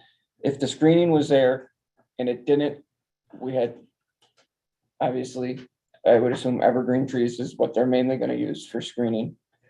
Would that mitigate the inconsistency to the Mhm. affecting the I think it existing would if natural you- if habitat you're out looking and you see trees. instead of solar panels? Right, So then we're looking, okay, so then let's put that one back to screening then, David, and go. So screening on these guys is, it'll be a It's a big big deal. issue. It's a big Big issue. deal. Yep, So- absolutely. Back to number 8, they are within classification 1 through 4. It's all prime soil. And so it's classification D. Well, hang on, let me get to number 8. Question. Okay, yeah, hold on, I'm getting there. I'm sorry, so can you Impact on repeat that? agricultural resources. Yep, so going back to 8A, it's mostly classification D, but some A and some B, but it's all prime soil, so all falls within 1 through 4. The entire lot does. Okay. Okay, but again, goes back to the fact of the soil will not be removed from the site. Was there mitigation measure there? That soil, although it is prime, would not be removed.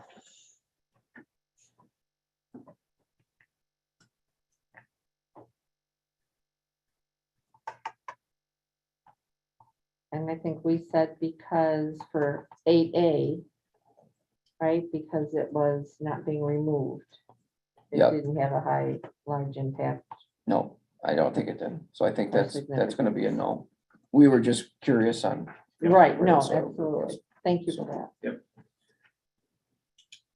Okay, so that's basically the end of our questions that we need to go through. There's a list for our discussion. There's a handful of things that you would like to have Julius provide additional input on. So at this time, we can end this discussion.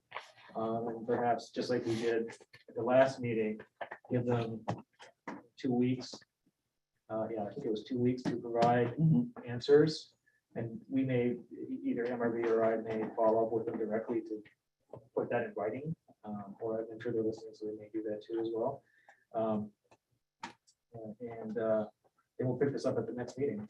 And I think the one sort of to do for us is, I think it was Farmland protection, farmland protection plan, to consider that. 8G.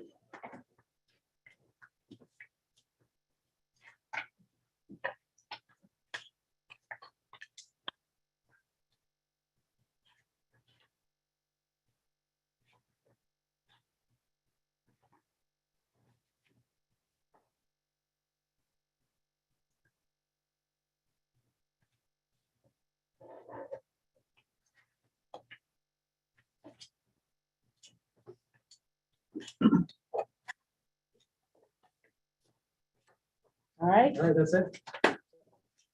Thank you. Is Matt Corona on Zoom? Yes, I'm here. thank Hi, you for Matt. being patient, Matt. Sorry Of about course. that. Sorry No about worries. that. No worries at all. I am not allowed to share my video. It looks like the host turned it off. If we can. And Matt, I just made you co-host. So let me get back to you. Oh, there you are. What are you there? I see you. Hello. How's it going, Yeah. everyone? Good. Matt, if you could explain your presentation to the board and the people present in person and on Zoom, and why you are doing your presentation. Thank you. Yeah, for sure. And first I just want to thank everybody for giving me the time tonight, and a window into the ongoings of Rush. It's pretty cool to hear what's going on. So I do have some slides to present, but I just want to first introduce myself. My name is Matt Corona. I work for the Climate Solutions Accelerator. We're a small climate-focused nonprofit based in Rochester.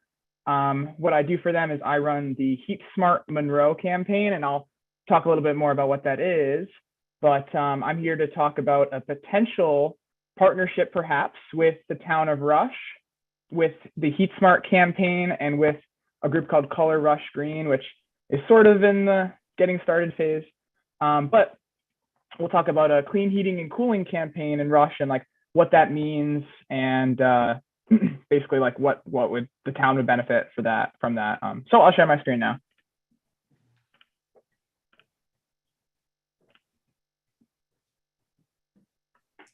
Great. So I'm just gonna, everyone can see this, right? All good? Great.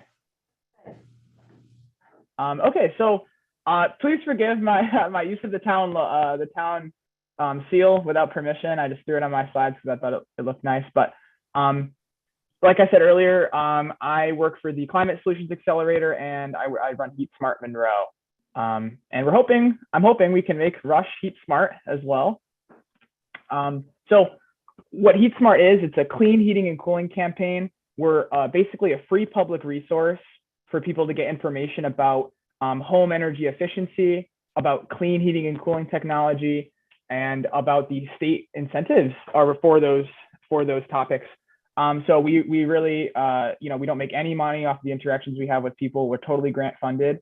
We're funded by NYSERDA. It's a New York State Energy Research and Development Authority. It's basically a state agency trying to move the state toward clean and renewable energy in a bunch of different ways.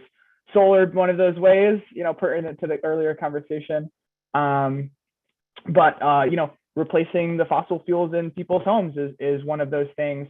And there's a lot of advantages to that, and I'll talk more about that. But there are Heatsmart campaigns all across the state. We're not the only one. We have Heatsmart Monroe for Monroe County. Here where Rush is, of course. We launched last February on Groundhog Day, and that's why you see a little groundhog over here. He's our spokes rodent, same as Doug Burrows. To date, we've helped over 300 clients get information about, help them figure out what's best for their home, whether it's doing insulation or air sealing or replacing their heating system. we're not salespeople. I'm not a salesperson. I want to help people do what's best for them, whether it's a heat pump or not. I'd love for everybody to install a heat pump. And by the way, I can, after this, I can talk a little bit about what a heat pump is in case everybody's not totally clear on that. To summarize, it's basically an all-electric heating and cooling device. They can heat and cool your house all year round. It would be a replacement for your current heating system, and they're very energy efficient. That's part of the reason why eventually we need to replace every building with a heat pump. We need to electrify every building. Crazy, daunting task. We're trying to make this happen faster than it would.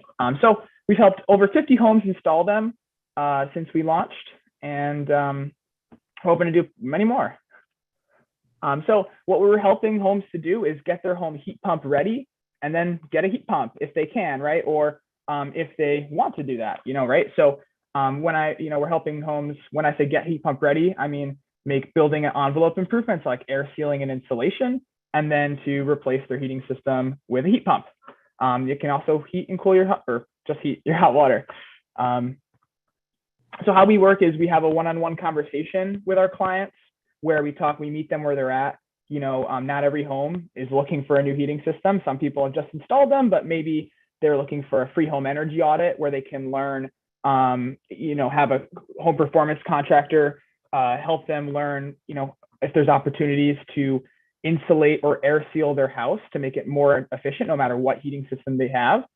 So what we help people do is figure out, based on, if they're having issues in their house or what they're interested in, a contractor that makes sense for them. We don't get any kickbacks from the contractors that we work with. We did a vetting process to pick our contractors so that we know people are working with reputable contractors that are going to give them a good experience. And we help hold them accountable to that. So we act as a member of the team working with a customer. So we help them schedule a free home energy audit. The state provides the contractor a rebate for the audit. So there's no cost to our clients. And then we help them review the proposals that are provided by a contractor. So a contractor might recommend, insulating an attic or replacing a heating system because they have an old and inefficient one and they can save money.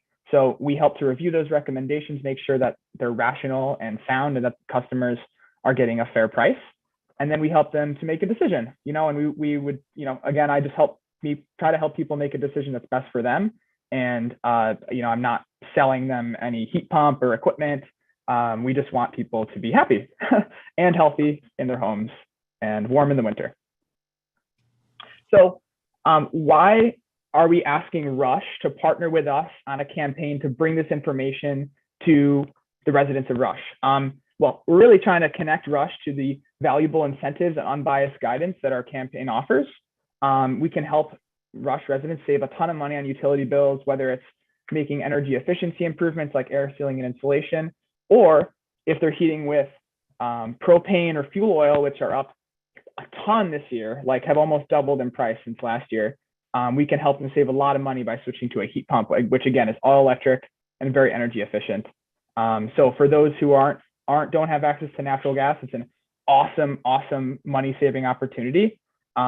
Again, we're not trying to sell the system, but it is a fact you can save a lot of money. So we would love to help people, evaluate their feasibility for doing that with their home. What we're really trying to ultimately do is bring about a more climate resilient and sustainable Rush. It's down to the homes. Can people live here affordably, heating their homes year to year? That's something that is important, I'm sure, to the people of Rush. And as we know, we need to electrify buildings going into the future. It just makes sense to do this now for a lot of homes, at least. And really just trying to partner with the town. So, having the town on our side, we've worked with plenty of Rush residents. At least 5 to 10 out of those 300 were from Rush, if not more. But it really helps to have, build legitimacy by having the town on our side.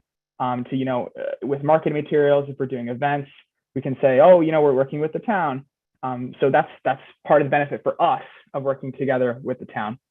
And the town can earn for this campaign Clean Energy Communities program credits. So they recently upped it from 200 to 500 points. And I know that the town of Rush is also doing working on community choice aggregation. So this is a great synergy with that program because you can have homes powered by all renewables and heated and cooled by all electric. So they could be totally fossil fuel free potentially, so that you're opening up that opportunity for the people of Rush, which is awesome.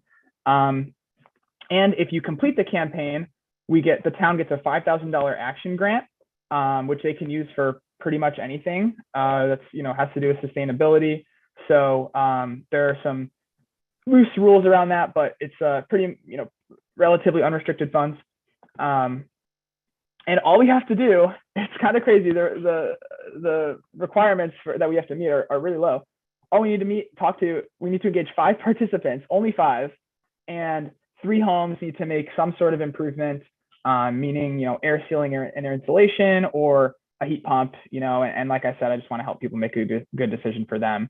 And I think really easily we can hit those goals. So what does the town have to do? We're asking, to basically have someone in the town to be a liaison with our campaign. Really, we're just asking for like 1 hour a month. We would do the vast majority of the work, putting the events together, promoting them. We really just need someone to approve like some of the, maybe a flyer that we might have.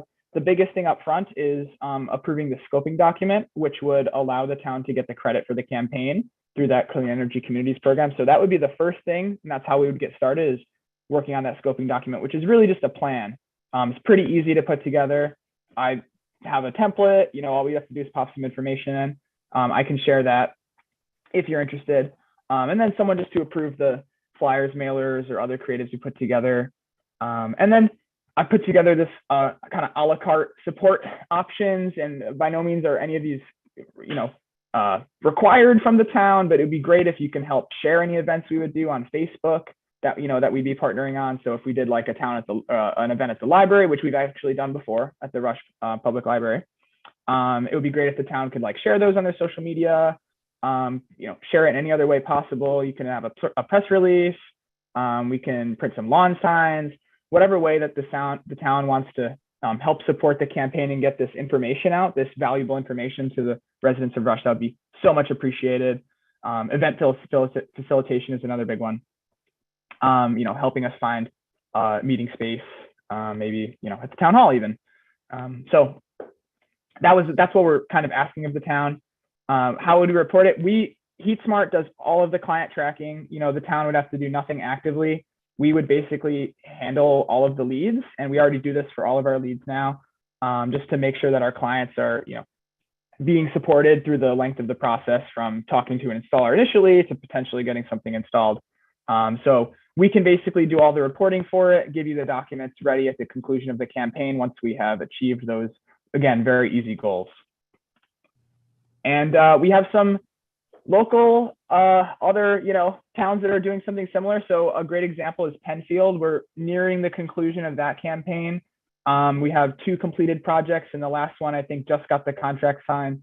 So we're going to give them very shortly their completed documentation so they can earn the credit and get that action grant from NYSERDA. They're actually doing a clean heating and cooling and an EV campaign together. So doing 2 community campaigns together. I don't really have much to do with the EV campaigns, but there's some synergy there because a lot of people who are interested in, environmentalism and climate might be interested in both EVs or a heat pump. So really what they're doing, what they've been doing, and we can do something very similar, just doing community presentations at the local library. We've been facilitating those with Color Penfield Green, which is another group of local activists there. And then we've done some open house events with people who have heat pumps there. And they're also doing an EV car show, which I'm tabling at, coming up on April 9th. So this is just, and other towns that are looking into this. I know Brighton is, we're working on the scoping document with them now, and Irondequoit as well. We're also, they're sort of in the, talking about it as a town. But yeah, so really, I'm going to stop sharing now, and I'm just going to open it up to any questions from anybody, really.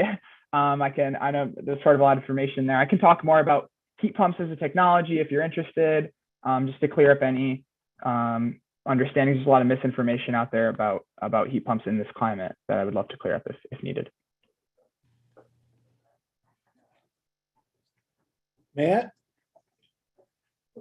My name Hello. is. Do you have any data that identifies the variance between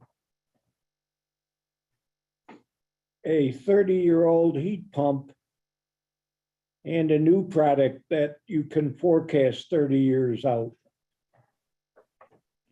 When you say that, are you looking for like life expectancy? Or are you thinking cost-wise, like to operate it?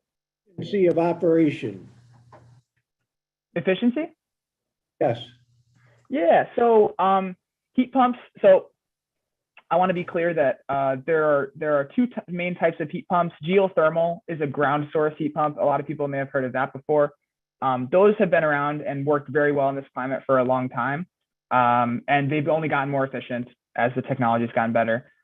They are compared to, so a gas furnace or any furnace really that burns any type of fuel can only be 100% efficient, up to 100, not even 100%, like they get to 95 or 98, because you can only get as much energy as in the fuel. A heat pump doesn't create any of its own heat, actually. It just moves heat from one place to another. So a ground source heat pump moves heat into your house from the ground, and an air source heat pump moves heat into your house from the air, a lot like an air conditioner, but in reverse. So because they're just moving heat, they can be much more efficient than anything else. So an air source heat pump is on average over the whole year is about 3 to 4 times as efficient as 300, for every unit of electricity used to power it, you get 3 to 4 times as much energy in thermal, thermal energy moved into your house. So they're very, very energy efficient. They're all electric. Ground source heat pumps are even more efficient because they're using the stable temperature of the earth to heat your house as opposed to the cold air outside in the winter. But over their lifespan, they produce less greenhouse gas emissions than any alternative would, and also over their lifespan, especially ground source, could save people a lot of money, especially if you're switching from something other than natural gas. Does that answer your question, Jerry? Thank you. Yes, it did. Well, thank you, Matt. This is Amber. We appreciate it. And I will, if I have permission, I can give your PowerPoint to our town clerk. She can post it on our website. If we do that, I can talk to you more about that in the very near future. Great. Is there a process for following up on if the town would be interested in running the campaign? I'd be happy to talk about some more specifics on, what the town would be interested in, what type of events the town's interested in, or anything like that. I think, Matt, at this point, I've shared your documents that you emailed, and I will get back to you on that once they've had a chance to look it over with the different options, your a la carte menu. Great. I'd love to discuss further if anyone has any more questions later down the line. I will drop my email into the chat and maybe we can follow up. Thank you for the time. Thank you, Matt. Thank you. Thank you. All right, we can move on to number 3. We are going to discuss the Riverside Refuge barn repairs. And I think that we can couple this with number 2 down below, the Monroe County Fair, because they go hand in hand. And Dan, have you been over lately? I think you have been. Not really. I thought it was you who informed me that the tack room had caved in. No, I didn't say that. I said, I know the other side developed a big hole like the west side. And I'm happy to report that Deputy Supervisor Corbin has made an arrangement with our highway superintendent to get a lot of that mess out of there. Yes, we've not heard back yet from the highway superintendent. I know they are busy, but we did go over there and look at the tack room and the greenhouse. And they are going to put a proposal together to remove them because they are posted right now of unsafe for health and safety by our building inspector and code enforcement officer. And as we move forward with that property, we need to make sure that what is there is safe for people to be around. And it's my understanding that the roof on the horse barn, I think we all know what the horse barn is. Number 7.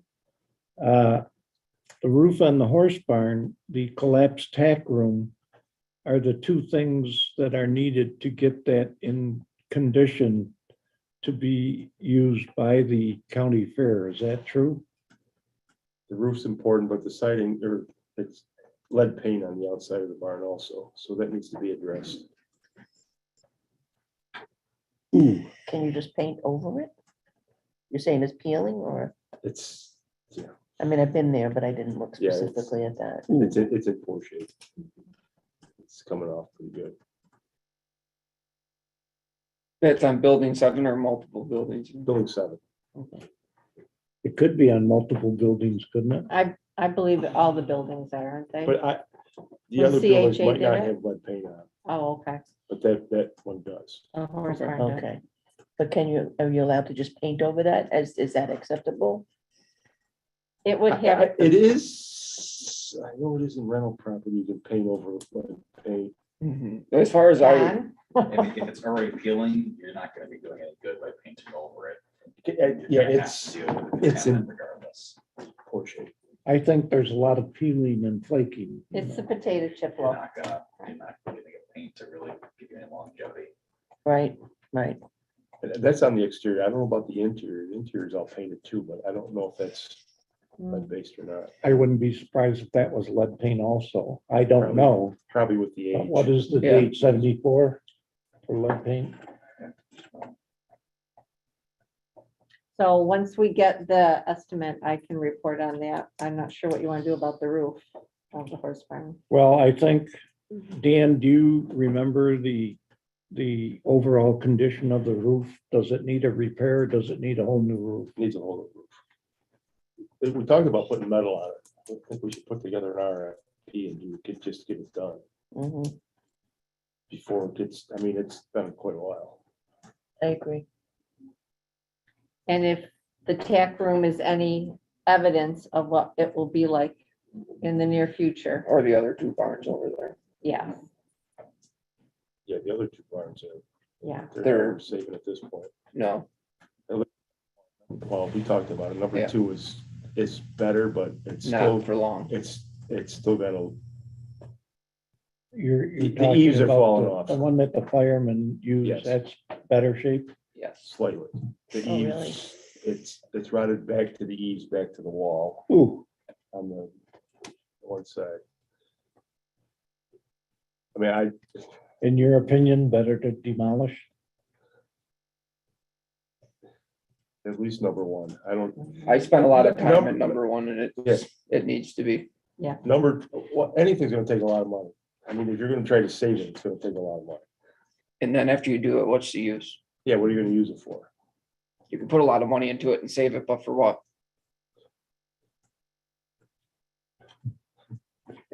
That's been a problem with the whole property. It's like, we could fix this building up, but what are we gonna use it for? Exactly. I mean, do you fix it up and try to get somebody to use it and I mean, I can't speak for the school buildings, but for like a barn like that, I don't see what you're gonna do with it. I mean, maybe you could make it so it looks nice, but then for practical use after that, I mean, and it would be a lot of money to make that Yeah. Because that roof's been bad for long enough where you've got damage coming all the way down through from top to bottom. Well, it's posted right now, and you can't even go in it Right. for health and safety, and CHA's report was the same thing, but Mhm. I'd like to see an RFP put together for the horse barn roof. And in the meantime, Mr. David will be getting us his proposal to To take down demolish the other two. those other two areas. You are the standard bearer for that property. Yeah, okay. Would you like me to put together the RFP for the roof? If I've never done one, I know Dan did one for 1911. I'd But, be or happy, I'd if be you happy want to to, do that'd be that. great. And also based on this conversation, think we should look into at least the demolition of building number 2. Number one Number- for sure, number 2 probably. Number 1 barn, yeah. The barns are 2 and 3. Oh, are they? Yeah, the Oh, school one is the building's classroom one, the building. classroom. So it's 2 and 3. Two's bad. 2's bad. Close All by. right, I'll look into that 2 and too. 3 barns. Number 1 is demolished and number 2 and 3. No, one, No, one, number we're one's the not touching classroom building, one. I was wrong. Okay, One's Barns the are school 2 and building. 3 and 7. and what is the one that you all agreed to Two. demolish? No, Well, the no, tack- the one the that we tack all room. agreed to demolish is the tack room. And the green. Oh, the tag, yeah. Yes, That's that's not number what, 1. no. No, And then, we'll help you later. Sorry. It's okay. Yeah, All right, then what I will do is I'll get an RFP together for the horse barn roof. I will also look into getting a demolition RFP for building number 2. My focus here is we need to make this site safe and secure for the county fair to continue their use of the site. And anything else I should be thinking of? To do I think- RFP on the, on siding number 7. Steel siding. but now, I don't know what the regulations are for the lead paint. By putting that steel siding on it, does that mitigate the lead issue then? I do believe, Defer to the engineer. All eyes are on you, I John. don't know about that. The last I recall, last time we renovated something municipal with lead paint, we had to remediate that first. But I can look into it, but off the top of my head, I don't know if actually. It doesn't hurt to put out the RFP, but I don't you have to wanna- act on it. I don't want to put our building inspector on the spot, but I think he said there are conditions where coverage, not with paint, but with other methods Okay. will.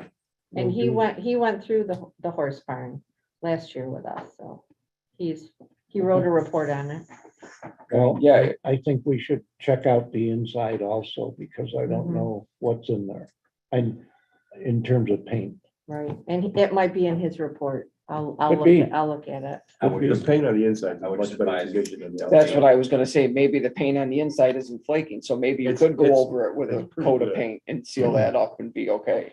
I guess What that's was that, something John? we'd have to look into. disclose in the RFP that there is lead paint on the building. Just so a contractor doesn't hit you with a change order request if they Good point. say, okay, this is an unanticipated condition. And Thank wear you. hard hats when you go inside. Say that again? Wear hard hats when you go inside. Don't go in the tag room. No. I don't think you can. And you need a respirator too. All right, any other comments on the barns? No, we've got our working. All right, I'll move on to the status of the water district. This is, excuse me, if I could interrupt for one moment. This is Karen Caton, and I am a volunteer with a Horses Friend. Karen, I apologize, but we're in the middle of a meeting right now. I'm Yes. sorry. Okay, thank you. I just had a few questions in regards to the property that you were just discussing, so I'll defer then, I guess. Yeah, this is not an open discussion, Karen, but we'd certainly like to hear your opinions. So Amber will get in touch with you so that you can make those opinions available to the board.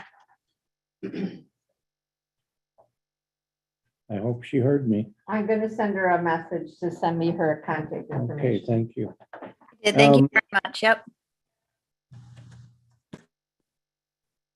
I didn't hear what she said. She said, Thank you. Oh, good, thank you.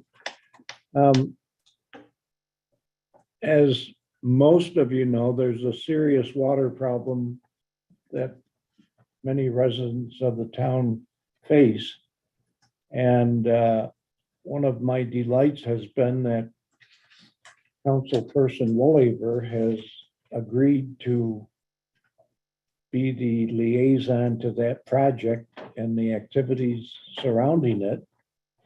And we You had, mean Councilwoman Morelli?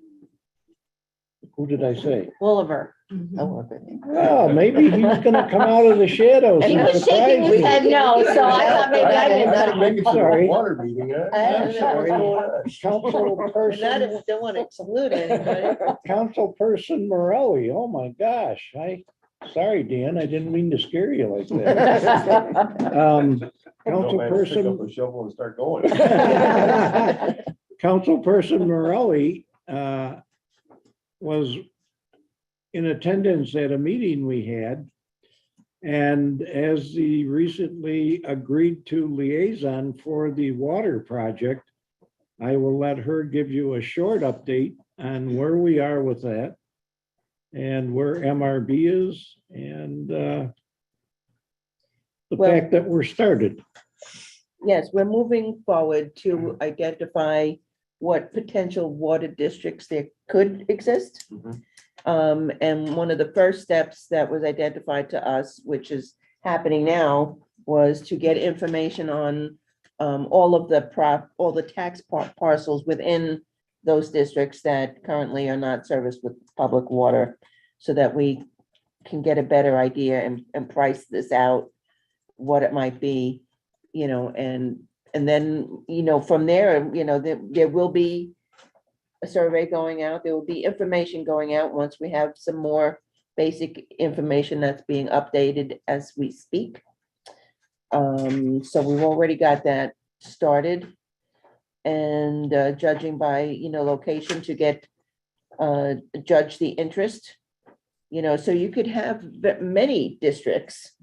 It's not an all or nothing situation for those parts of the town that don't have water, but it would have to be enough to make it worthwhile, to get the permission to do that. And we can't just go in and start digging trenches and laying pipe. It's not that easy, unfortunately. But we are underway and we're taking this seriously to see what we can do. And hopefully there will be enough interest and willingness. And that doesn't preclude anything that we're doing in addition to this, to try to find sources for grant money to be applied to lessen the burden on those homeowners who want to join in or would be within a district that gets created. So that would be the ideal is, have some grant money if we can get it with, not for lack of trying, that's for sure. We're gonna try. With MRB's help, we are gonna try. Yep. All right. As long as I mentioned the county fair already, I want to jump ahead to number 2 under new business. We've discussed what we've got to do to get ready for the county fair. There's no doubt in my mind that this year for the county fair to operate, we're going to have to once again do the water line over turf, which doesn't make them very happy because they've got to do some additional things to be able to use that water according to the health department. But we'll do it again and make it work. And I'm looking forward to a full slate of activities by the fair. And I think they are looking forward to it also, to come down here and demonstrate their heritage in agriculture, which is what it's all about. So we will be providing them with a list of things that we are going to do to prepare for their arrival in the month of August. We should try to secure a filtration system from Culligan to be set up for the fair, because the last fair, I had it all set and they called and told me, yeah, we're using that filtration system somewhere else, so. Really? Yeah. After some finagling, they finally agreed to do it, but we should try to get it set up well in advance. At the last meeting, Robert Colby was here and I took it that he implied that they were going to provide that, but I will check on that. I set it up. You set it up? Yep. And we would be expected to do it again, I'm sure. I think the young lady I was dealing with might have had her job afterwards. Ken, given there's three of us, a supervisor and Councilman Welliver, that were never part of the fair, can at some point we get an estimate of cost of what the water and the filtration, whatever the town is going to be responsible for? I think we need to be able to have that I think information. we put out about $5,000. About $5,000. Is In that addition to reimbursed? laying the water line. That's not We reimbursed. said we would supply water, so we had to supply the water, Okay, whatever it costs. okay. That was in addition to laying the line. No, that was with laying the line and the filtration system. Oh, really? Oh, that's Um, encouraging. But that was a couple years ago. I mean, Yeah. who, we Tom don't have, McHale, so, Tom McHale sets it up. so Yeah. we need to get a quote of what that will cost so we can justify that to the residents of Rush. We won't do anything without knowing what the cost will be. Okay. Tom set the hose up on a cart, built a cart for it, and And that's in barn Sits in the barn. 3, Yep. right? I saw that. All right.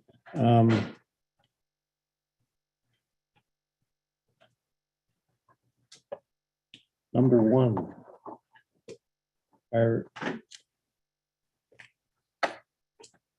Do we intend to, I did not put that on. I think that was. I do have from some our information on that, for the Conservation Board's request for administrative support. would you like to go into executive session to discuss that, or We could if you'd like. I don't think it's it's up anything to that you? I don't think it's anything that we need to discuss. I think it's pretty cut and forward and straight and dry here. So based on a conversation that I had with the town clerk this afternoon, she wanted you guys and the Conservation Board to know that as the law was written, when the Conservation Board was made a board, at that point, that law said that they did not require administrative support. Thus, they have not gotten administrative support since they were made a board. But they had a different charge at that time. Correct. So, Pam said that she would have no issue with giving that board the administrative support they need to have someone go in and help set the Zoom up, just like any of the other subboards have. But we do need to go in and change that local law to say that they need administrative support.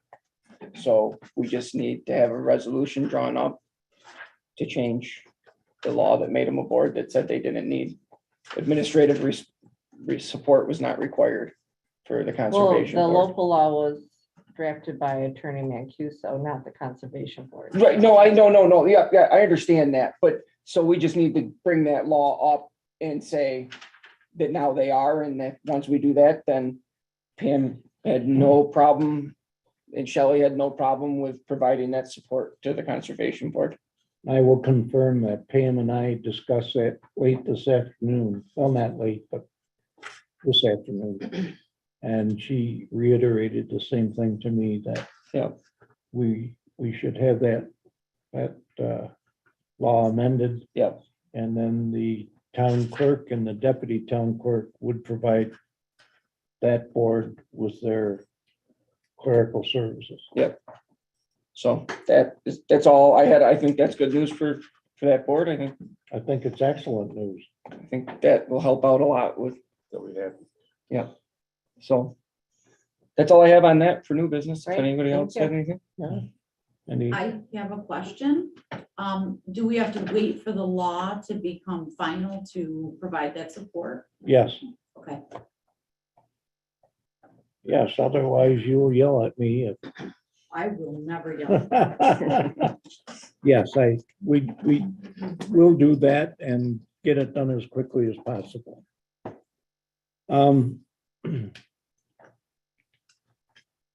I think considering the time, I don't really want to keep all of you here any later than now. You have another resolution. We don't have anything on our agenda. I'm talking about going into executive session. So we can pass the resolution Okay. and then adjourn the meeting if everybody's in agreement. Well, there is that important, I think we do need to go into an executive session. Because the work that we need to discuss is somewhat of a time constraint. So you want to stay here? I don't. Okay, we'll stay. And let's get the resolution passed first. And then we can go into executive I thought we session. were going to talk about some of those things within the executive session, was my understanding. That's cool. We are headed there. Is this the reason for the executive session to discuss lease of real property? Yeah. Either do that, or we could just have an attorney-client privilege. You can end the public meeting, but we have to come back out of executive session. I You like could just that. end the public Let's session go into and attorney. just have an attorney-client privilege meeting, because there are things, comments that I have on the lease that we need to discuss. There are two things. One is a personnel matter. And the issue that Deputy Supervisor Corbin just brought up. Okay, so what you could do is entertain a motion to go into executive session to discuss the employment history, employment of a particular person. And we could do that and then end executive session, and then we go into the attorney-client privilege meeting to discuss the rest of it. Okay, we will do that. Once I find my resolution page, unless the deputy clerk has it handy, What page are we looking for? the resolution page. Oh, here it is. All right, we did the approval of the minutes, we did the approval of the abstract, and we need a resolution for the attendance at the annual town clerk conference. Would anyone like to have discussion on that matter? Yes, All but I right, think you have to read the resolution first before we can have a discussion. Or no? I don't think so. I think that we identify the fact that the town clerk is proposing that she and the deputy clerk go to a town clerk conference, April 24th through 27th. And with a cost not to exceed $2,000. That's the proposal, but it's not that simple. Because we've got to figure out what we're gonna do during those dates when those two people are gone. How are we gonna backfill? And the town clerk tells me she has enough in her budget to do this. So that, to me, isn't an issue, but the absence is an issue. So you may make a motion to go with this resolution. Somebody should second it, and then you can have a discussion, and then you can vote on the motion. All right, then I will read the resolution. Thank you, David. Resolution number 2022 attendance at annual town clerk conference. I move that the town clerk and the deputy town clerk be authorized to attend the New York State Clerks Association Conference in Albany, New York, April 24th through 27, 2022, with budgeted funds and at a cost not to exceed $2,000. Do I have a second? I'll second it. Sorry, I thought I heard someone opening up their microphone. I will start the discussion on the proposed resolution in that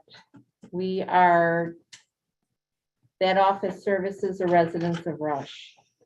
And we are looking at 4 days, 24 to 5 to 6, 27. I'm not sure about. One of travel. those days is a Sunday. Shelley, please. I'm sorry. And the purpose of having a deputy clerk is to cover for the town clerk or vice versa. So if I were a resident walking up to that window and seeing it closed, or someone not able to do what I would expect for my tax money to be paid for, whatever that might be, and I'm told, I'm sorry, someone here can't do that for me, come back in 3 days or 4 days or whatever. It just does not seem like a practicable use of not funds, because I didn't see as far as this specific conference budgeted for when we passed the budget last year. But it seems as though if one person were to go, they would come back and explain what they learned to the person that was here servicing the residents of Rush. I just have a concern, being on this board as well as a tax-paying resident, to not have that office covered by the appropriate employees for that length of time. I know I've heard complaints when someone has walked in when they're just both gone for a one-day conference. I could not imagine what might potentially happen over a 3-day conference. And I don't know with the laws of what they're allowed to do versus someone filling in like a substitute is not allowed or is allowed to do. I don't know. That is my gut feeling on it. I think there's several things in that category that probably wouldn't get. Also, keep in mind that I'm not sure that who we would get to cover would be bonded, which is a big issue for the deputy. I would like to say we haven't done it, we haven't seen it in several years, but back several years ago, and maybe not so much several years ago, but our town boards used to participate in the annual training sessions in New York City actively and enthusiastically. But one thing I remember that they didn't do was leave the function of the town board empty while they were going to New York City. There were always 2 that were here. And to me, this seems like the town clerk function that we know of as being the clerk and the deputy town clerk. This proposal would leave that function empty for those 3 days, Monday, Tuesday, and Wednesday.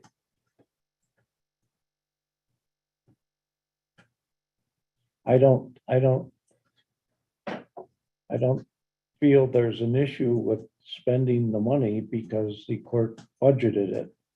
But I do not feel comfortable with the perception of absence for people who need those services and for whatever the reason might not be able to get them completed in the absence of the clerks, the 2 clerks. I agree.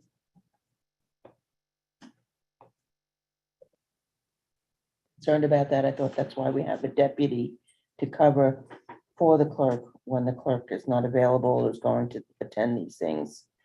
And why we have a full-time deputy clerk to do that. I think we need coverage.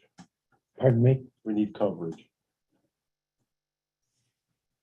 I agree. As far as from a monetary standpoint, I don't really see an issue, but as far as having somebody cover the office, having both of them gone without a viable backup to them, I think would be a little irresponsible to the town. I don't know if there is a viable third stringer that you could throw in. I don't know who you would even have. I mean, if there was somebody, I think it would be important for both of them to go to a conference like this and learn what they can. I think all people learn things differently. You know, if say Shelley was to stay here, maybe she wouldn't pick it up the same as she would have if Pam's telling her, opposed to if she had actually gone to learn. That's a viable concern, but I don't know if it's worth it to leave the office empty for those 3 days, those 3 business days. When Pam can probably come and give her a pretty good idea of what she needs to know. That being said, if there was a viable third person that could, then I would seriously consider doing that and having both of them attend. But if that's not an option, then I would say that I think one of them needs to stay back and man the ship here, so. We do on occasion have other people in the workforce who cover for the absence of one or the other. But I've not seen it for 3 working days, business days. And that seems to me to be a long time to leave our residents without coverage in that regard. Well, I've had at least a handful of people that have come in and called me for whatever reason, and that person covering could not do what the clerk or town clerk, and they were not happy. That's why I got the phone call. And that's what I referred to before, you know. I don't think we have anyone to cover with the complete set of skills that the clerks have, or the complete set of allowables like bonding. Yeah. Stuff like that. And I mean, training is important. Training is good for everyone. We encourage it. This is just a bit of a unique situation. Any other comments? No, I Can I agree. offer a comment? You sure on this can. issue? So just looking at town law and what the powers and duties are of the town clerk in relation to absences and vacancies and stuff like that. So under town law, you do have the authority, the town clerk does have the authority to appoint additional deputy clerks. And you may have already looked at this, but the issue there is the town board has the authority to determine what the scope of the authority is of the deputy clerks. And as part of that, as part of your authority, that deputy clerk serves without compensation unless you provide for it in your, within your power, within your resolution. But to your point about training and undertaking and stuff like that, they still have to meet those requirements. Appreciate that, David. I've read that before, but not as eloquently as you. I'm just reading along. So I think we have a resolution and we're required to vote on it. And do I have a second? Well, we had a second. My question. Oh, you still got something to No, say? well, Good. no, I have a question. Do we have to vote on that? And then we could do a second one to authorize one of them to attend? Or can we modify the resolution? You can, so we're getting to Robert's rules. Yeah. Technicalities here. So the technical answer to that is you can make a motion to amend the original resolution or Jerry can, since he made it, make a motion to amend it. If there's a second, you can have further discussion on the proposed amendment. Then you vote on the amendment, and then you vote on allowing the amendment, and then you vote on as amended. That's amended. Okay, does that make sense? So if we vote on as I read it, and we get a decision, I can then amend it and read it again. No, you could vote on the current as read resolution, and you could vote no, and then just make a new motion that is the same, a different amendment. I'm sorry, I thought that's what I said. Or you could amend what you just read. And then we would have vote, Well, I think we, whatever's easier. I think we are obligated to vote Okay, I agree. the Keep it simple. resolution as presented, and then go to the next step, Okay, which would be an amended example. It would just be a new motion. Okay. So will the deputy clerk please hold the board? Councilwoman Corbin, nay. Councilman Chase, Nay.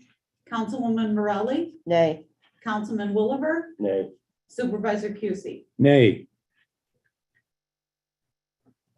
I propose a resolution for 2022 for one of either the town clerk or the deputy town clerk to attend the town clerk conference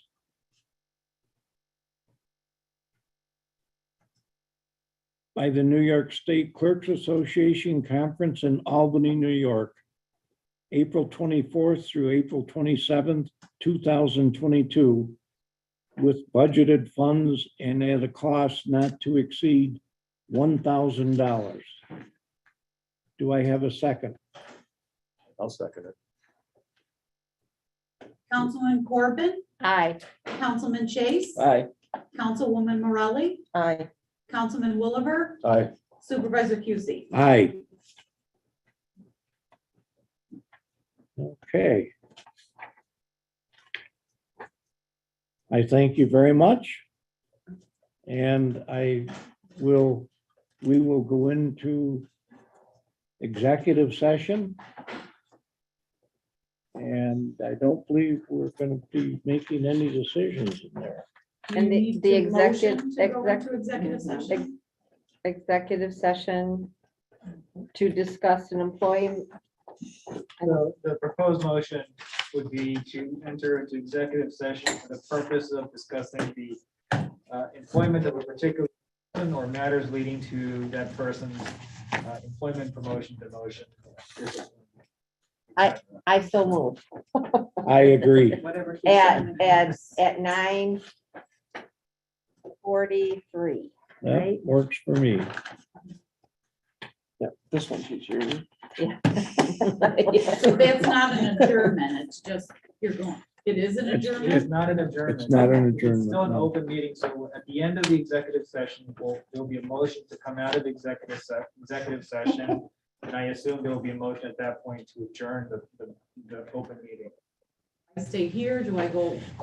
And my understanding was the town clerk, if you were not needed, she wanted us to excuse you. Isn't that what she said? Right. Which we can do, and then we'll let you know what time the final. Okay, do I shut everything off now? No, I'm going to, Or are you gonna leave it open for executive session? Leave it open, but kick everybody out in terms of yep, participating. Mhm. So put everybody, basically, All right. don't kick them out of the meeting, but put everybody in the waiting room. Okay. And we'll mute. Turn off live stream.